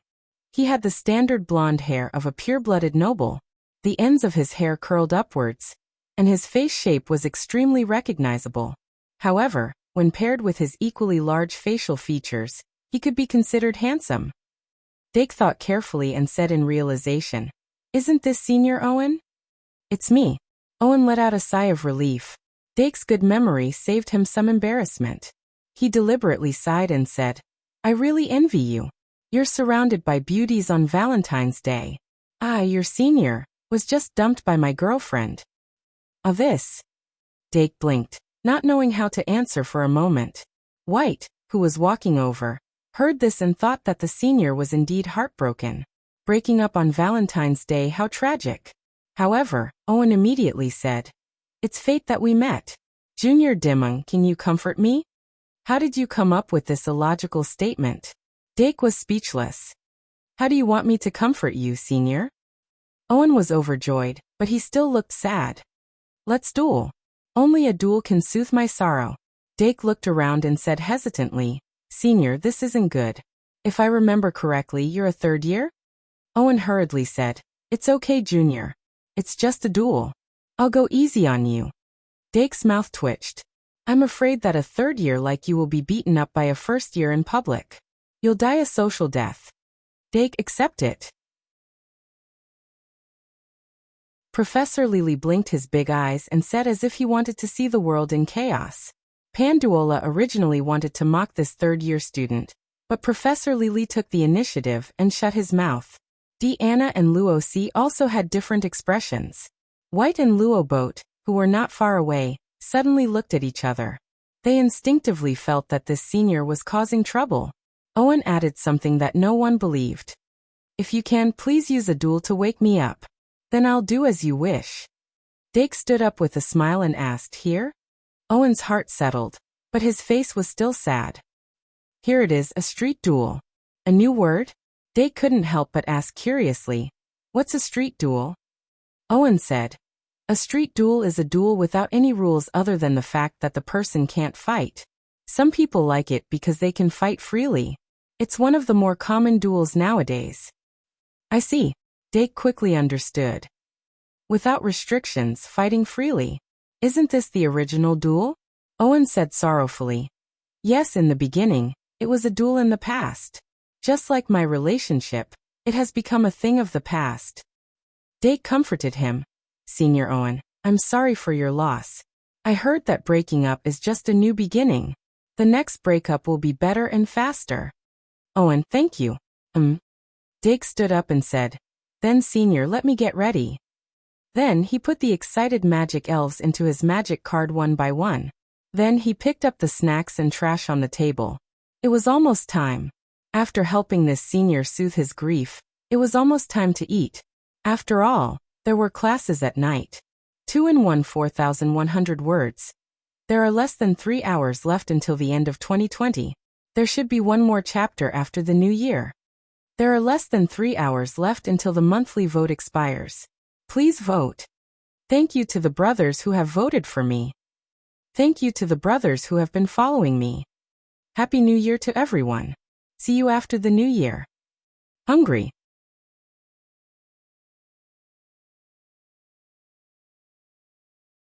Chapter 310. Have you heard? Owen, a third-year student, is going to duel with Demung, a first-year student. Of course, why else would I be standing here? Brian Wright looked at his classmate with disdain. He always felt that this classmate had been talking nonsense ever since they met. The conversation between Michael Owen and Dake Demung was not hidden from others. Those who passed by saw that the atmosphere was strange. Like White and Luo Boat, they subconsciously stopped to watch. Of course, they heard the whole thing. This spread from 1 to 10, 10 to 100, and soon, it spread to the ears of the students who were still outside the castle. Those who were not interested still minded their own business. Those who were interested slowly gathered around. A duel between a third-year student and a first-year student was quite rare. It was only seen a few times a year. Moreover, Michael Owen and Dake Demung were both famous people in the noble house. Owen was actually one of the top students among the third-year students. Remember the website, MVIP, can't you? VIP. He had also shone brightly in the duel arena. But he was going to duel with a first-year student. If the other party was not Dake Demung, there would probably be some righteous people who would forcibly interfere. Ever since he defeated the second-year student, Elsie Kevin, in the newcomers competition, Dake Demung's reputation had risen another level. The students had long regarded his strength as equal to that of a third-year student. Therefore, in the eyes of some people, this duel was completely an equal contest between third-year students. What's more, Professor Li, who had just made a huge snowman, was present. In any case, it was not the students' turn to worry. At this time, they just had to treat this unruly street duel as a Valentine's Day celebration. Come on, the more the merrier. Angus Jeffrey stood together with the members of the club, his eyes flashing. It did not matter who won or lost this duel. In short, they had to set up the opposing side. It would be best if they were locked in a fierce fight, so that they could show their momentum. And in front of them where their gazes intersected, Dake had just finished cleaning up the trash. He was a little regretful that he had collected the magic guide fairies too quickly. He had wanted to teach them how to pick up trash by themselves. After handing the garbage bag to Luosi, he clapped his hands and looked at Owen, who had been waiting for a while. He said, "Senior brother, did the long wait make you feel better?" Owen asked hesitantly, "What do you mean by that?" Dake said lightly, "After all, time can heal sorrow." Owen whispered, "But my life is only left with duels." Dake smiled. "That's right, Senior. Until now, I still don't know. Since there are no rules in a street duel, how do we determine the winner?" The initial duel mode also had a magic orb. Owen explained, "Street duels are fought until the other party admits defeat." Dake asked curiously, "Didn't they say that the duelists themselves are not allowed to enter the arena?" A strange smile appeared on Owen's face. "Of course I can't fight, but I didn't say that I can't be attacked." Dake was startled for a moment before realization dawned on him. "I see, so this is a street duel." Owen added, "Of course you have to be careful in the academy." Dake nodded, indicating that he understood. At the end of the day, street duels were an upgraded version of street fights. There were no rules, no referee. In order to win, one would do anything. On the surface, the duelists were not allowed to enter the arena, but since there were no rules and no referee, who would care? As long as it was not a public competition. The real essence of street duels was to target the duelists themselves. At that time, it was time for the equipment cards and armed cards to be used. I summoned my fist in front of me, a normal punch. That was about it. Even sprinkling lime, splashing sulfuric acid, and so on could be used as a way to win. Of course, they were now in the academy, so the so-called street duels were naturally restricted. Dake patted the stone table beside him. His understanding of unscrupulous means was quite thorough. "How about this stone table as the dividing line?" "Sure." Owen glanced at the two stone tables, feeling that he did not seem to have any impression of them before. There was actually such a good place to rest by the lake? He calmed down a little and reached for his card bag. He had a chance of winning this duel with Dake Dimeng. In the previous newcomers competition, Dake Dimeng's card deck had been exposed a lot. In his opinion, Dake's core magic card was the special enhancement card, as well as the high IQ magic elfin. In a street duel with no rules, Dake, who had the special enhancement card, could enhance the second-tier magic elfin in a very short time. Although Dake's second-tier magic elfin were all 4-star, each of them could fight better than the other. Therefore, it was a very fatal mistake to treat them as ordinary 4-star magic elfins. However, that was the extent of it. Relying solely on the enhancement card series of the magic elfin had its limits in all aspects. As a top student in the 3rd grade, Owen's deck was very rich and comprehensive. He also had his own system to deal with street duels. Since it has started, then let me teach him a lesson today. Mike Owen's gaze turned sharp. Although he claimed that he was here to embarrass himself, no one really wanted to embarrass themselves.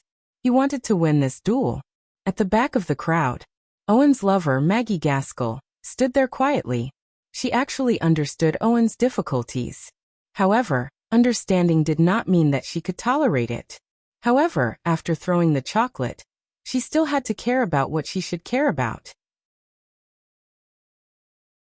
Therefore, she came back here again. This duel gave her a very bad premonition. She really didn't want Owen to lose. Isn't that Senior Owen's girlfriend? In the nearby crowd, Luoboat, who had nothing to do, suddenly noticed Maggie's presence when he looked around. He could not help but whisper to White. White turned around and glanced at her. She was a little puzzled. "It's true. I thought it was Senior Owen who gave her chocolate and was rejected. Later, it sounded like they broke up. Why is she here to watch the duel?" Luoboat whispered. "It's not that simple between a man and a woman. How can they get back together without breaking up?" White was silent. So it was possible to get back together after breaking up. In that case, does Senior Owen deserve any sympathy? Suddenly, he seemed to think of something. He asked Luoboat, "Wait, if Senior Owen wins this duel, will he be able to get back together with his girlfriend?" Luoboat touched his chin and thought for a while. Then he pretended to be mature and shook his head. I don't think so. Maybe if he loses, it'll be an opportunity for them to get back together. White. What do you mean? Luoboat. Listen to me carefully. White and Luoboat were just talking on paper. Professor Lili and Panduola were all focused on Dake. Professor Lili simply thought it would be interesting. Pandora, on the other hand, felt that Dark's victory was a matter of course. Luosi and Deanna were slightly worried. Deanna put the panda on top of her head and looked at the field. She didn't understand what the street duel was about. However, there was one thing that she understood, and that was that Dark had never come into contact with this duel before. As a beginner, he must know nothing about some of the routines. Therefore, it was easy to be taken advantage of. Therefore, although she trusted Dake, she still couldn't help but worry about him. Luosi and Deanna had almost the same idea. Both of them couldn't help but worry. Under everyone's gaze, Dake and Owen each stepped back. There were no rules for street duels. Naturally, there were no restrictions on the location. Distancing oneself was a habit of dueling. Both sides made a okay gesture to each other when they were about 10 meters away from the stone table in the middle. Under such circumstances, the duel on the street began. Dake reached his hand into the card bag. The magic dancing on his fingertips quickly moved around the side of the magic card. Magic long-distance conduction and control came into effect. The magic card, as a carrier of magic power, could be completely controlled by that technique. Through magic, one could identify the type of magic card. Then through magic long-distance conduction and control, it could be extracted.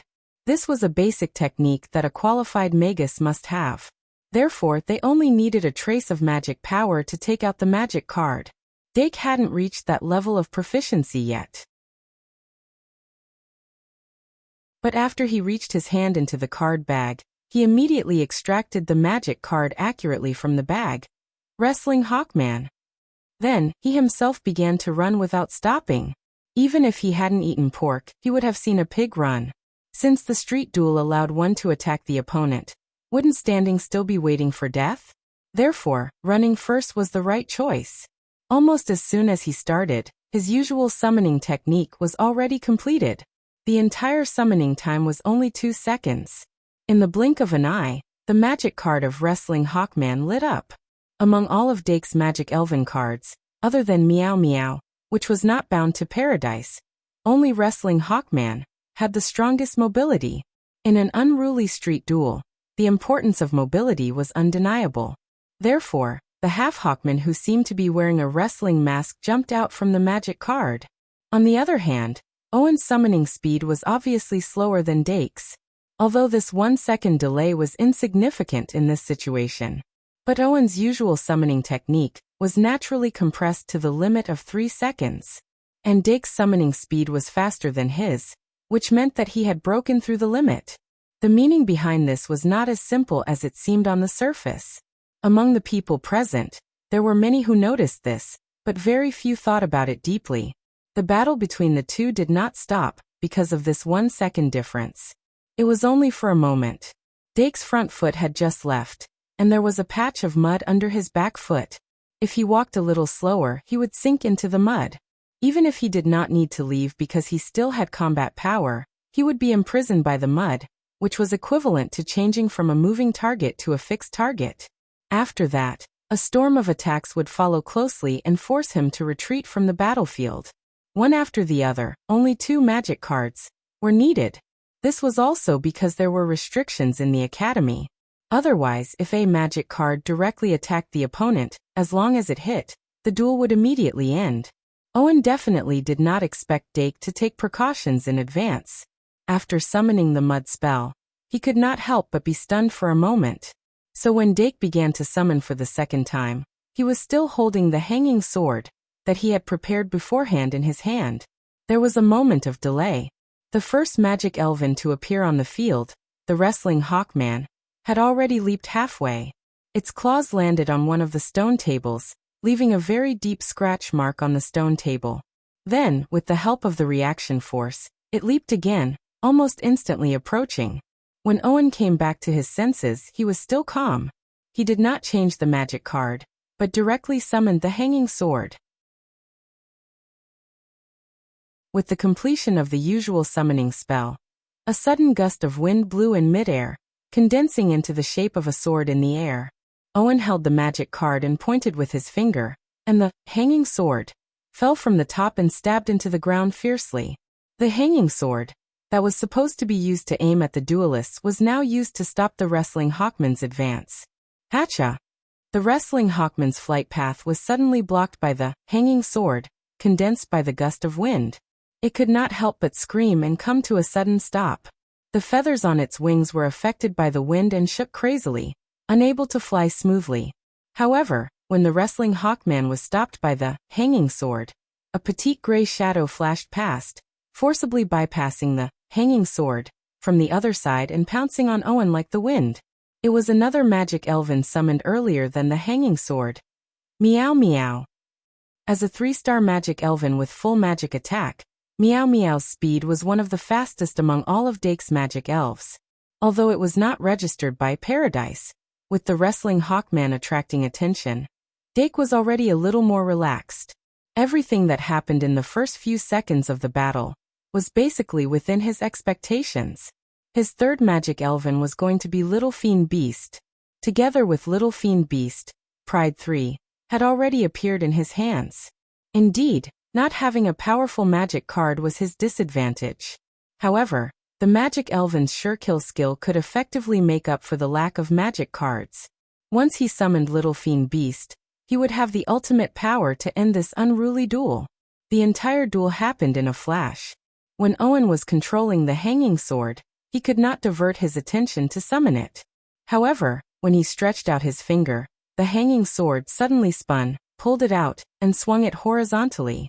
When this sword was swung out, it instantly formed an extremely domineering wind wall. It actually successfully blocked Meow Meow's advance. Seeing that the power of the hanging sword was actually so high, Dake could not help but frown slightly, and his fingers trembled. If the horned eagle man hadn't been fast enough to threaten Owen's life, the hanging sword would have been hanging above his head right now. However, after the hanging sword swung out that wind wall, its magic power was quickly exhausted, and only a thin shadow was left. Basically, it was equivalent to exhausting it. At the same time, a third magic card appeared in Owen's hand, and he began to run and move. The failure of the mud trap, and the forced defense of the hanging sword, caused him to be at a disadvantage now. Without the magic elven, to start, it meant that there was no shield in front of him that could block the other party. However, the summoning of the third magic card would solve this problem. Arm Transform. Owen pressed the third magic card hard against his chest. From his chest, rays of light burst out like a cocoon and surrounded his body, finally weaving into a full-body armor. The equipment card and the armed card were the real core of a street duel. Mike Owen put on the armor as he ran, and his whole body was covered from head to toe in soft metal armor. A pair of red compound eyes like an insect's appeared where his eyes should be, and there was a shining ruby in his heart that acted as the magic core. The moment he successfully put on the armor, a large amount of magic power was continuously absorbed by the armed card. Although Owen had become as light as a swallow, and was no longer afraid of the 3-star magic elven's close-range attacks, the current situation was not what he wanted to achieve. His original intention was to end the battle in 2 moves. Only by taking the opponent by surprise, he did not have to worry about Dake using a move that he did not understand. However, it was too late now. When he armed and transformed, Dake had already successfully summoned the little devil beast, and Pride 3 was also in the midst of preparation. One of the effects of Paradise. Summoning time of the elven magic elven belonging to Paradise -1. This allowed Dake's summoning speed to exceed the limit. Kikik. The little devil beast's maniacal laughter resounded through the sky. It already knew who today's main character was in advance. The little devil beast would definitely stand above the sky. In the name of Dake Dimung, magic summoning. Amidst the little devil beast's maniacal laughter, Dake successfully activated Pride 3. On the surface of Pride 3, a brilliant light suddenly burst out. The little devil beast took the initiative to rush toward the ray of light. The skull pattern on its forehead quickly disappeared and was replaced by Pride's coat of arms. The dark golden light released from Pride 3 was instantly absorbed by the coat of arms and suddenly exploded. With Pride's coat of arms as the center, the little devil beast's body gradually turned into light and was wrapped in a dark golden ball of light. Roar! Accompanied by a ferocious roar, the ball of light was broken, and a pair of broken bat wings angrily rushed out. The demon with two sharp horns opened its scarlet and glowing eyes. In the dense light, there was an almost savage arrogance. It opened its arms and broke free from the ball of light, causing its muscular body wrapped in tight black clothes to be exposed to the eyes of countless people. This was a demon beast that Dake had never summoned in public. The purity and power of the darkness it emitted made people feel fear. Its head was covered by a mask, only revealing the pale skin around its mouth. Its chest was printed with a scarlet bat-like mark, and its waist was tied with multiple black belts. Below its knees, there were forearms that could stretch out freely and huge sharp claws of death. Every part of it was a symbol of extreme evil. If such an image appeared in front of the Holy Church, it would definitely be ostracized. But this was the Shungmalian Academy, a mage academy that had a more thorough view of light and darkness. He still summoned it. Owen, who was in armor transformation, turned around and saw the imposing demon beast, and his heart sank. A new second-tier magic elf meant a new sure-kill skill. If this was outside the academy, he would have trampled on it, relying on the power of armor transformation to personally attack the duelist. But in the academy there were no rules in a street duel, and they were still bound by the rules. He could only use armor transformation to defend and dodge the opponent's attack. And he could not attack personally. Owen gritted his teeth and pulled out the fourth magic card. At this time he not only had to face the threat of the demon beast, but also Meow Meow, who had bypassed the wind wall, and the Hawkman who had flown back again. The strategy of not summoning the magic elf had made him suffer. But he had not reached the point where he was helpless. As a third-year student, his rich experience allowed him to still have cards to play at this time. Claws of Death. Dake's command resounded through the sky. The demon beast, who was immersed in the attention of tens of thousands of people, immediately came back to its senses. It stood on the spot, raised its hands and aimed at Owen. Both of its arms suddenly stretched out and grabbed at Owen's body. Magic summoning. Owen completed the summoning of the fourth magic card at the critical moment. The light released from the magic card appeared in the air. Kaboom! A huge bronze door fell heavily, blocking the demon beast's claws of death. Then, the second bronze door fell with a loud bang, blocking the attack of Meow Meow and the Hawkman. Kaboom! The final third bronze door formed a tight triangle with the previous two bronze doors, protecting Owen within. Owen leaned against one of the bronze doors, panting slightly. The moment before the triple bronze doors closed, he saw that the audience was still immersed in some kind of shock. Obviously, it could not be caused by his armor card and the triple bronze doors, so it could only be caused by Dake's demon beast. The demon beast gave off a terrifying feeling, and it did not feel like a second-tier magic elf at all. If it was a normal duel, he would not have a good way to deal with this magic elf other than summoning a magic elf of a higher star level. But this was a street duel.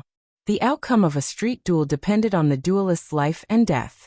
No matter what kind of magic elf the opponent summoned, as long as a dagger was placed on the opponent's neck, he would win. Owen sighed slightly.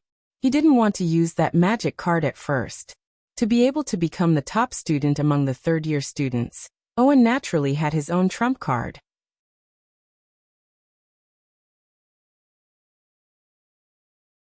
Dake, who was outside the triple bronze door, did not let down his guard.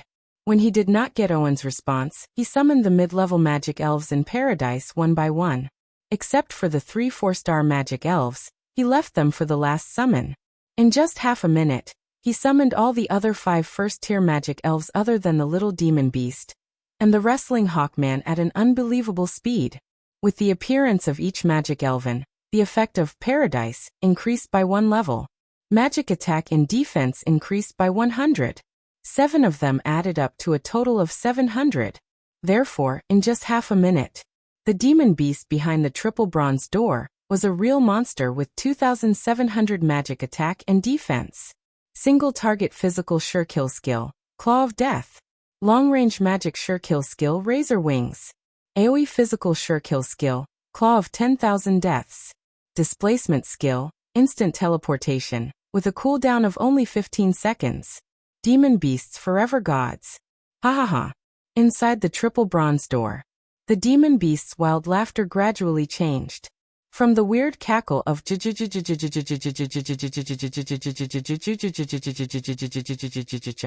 Mike Owen was breaking out in cold sweat. Before today, he probably would never have thought that he would be suppressed by a magic elven to such an extent. The narrow space inside the triple bronze door was the key factor that restrained his performance. Every summon magic elven was killed by the demon beast in one blow. He was unable to use any of his sure kill skills. The sure kill skill of turning corpses into sacrifices was also easily seen through by it and destroyed. He wanted to use fast attack magic cards to bombard it, but in front of its 2,700 defense, it was not painful at all. He wanted to set up a trap to lure it, but instead, he was caught and thrown into the trap he had set up. If not for the fact that his armor was strong enough, he would have been the first mage to be killed by his own trap.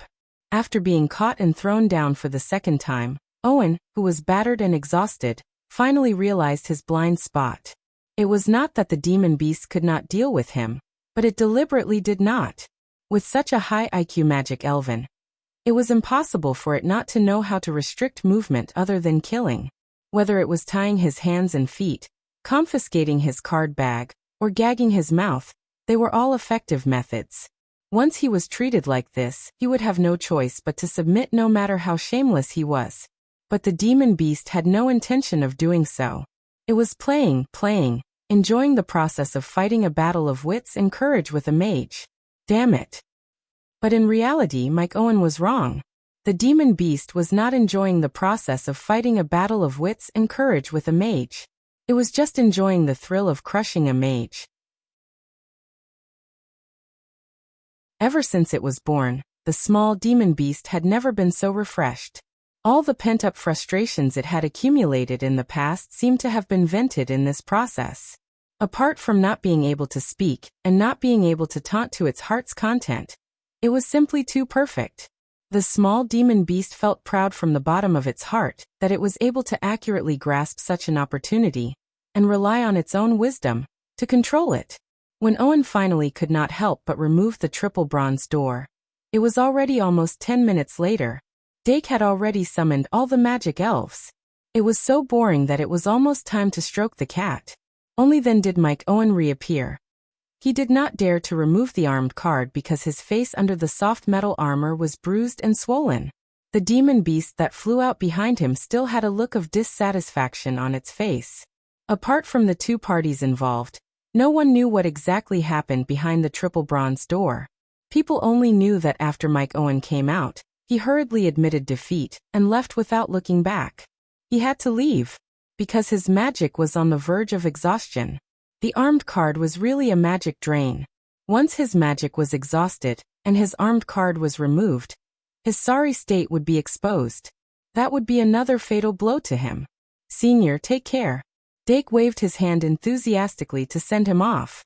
After the demon beast degenerated into a small demon beast, it hurriedly clung to his shoulder to take credit. Aha! It had a premonition that its little red flower was going to explode again. It ended just like that? The onlookers who had been waiting outside for 10 minutes were all dumbfounded. Apart from the exciting battle at the beginning, they had been looking at the 3 bronze doors for almost the entire time.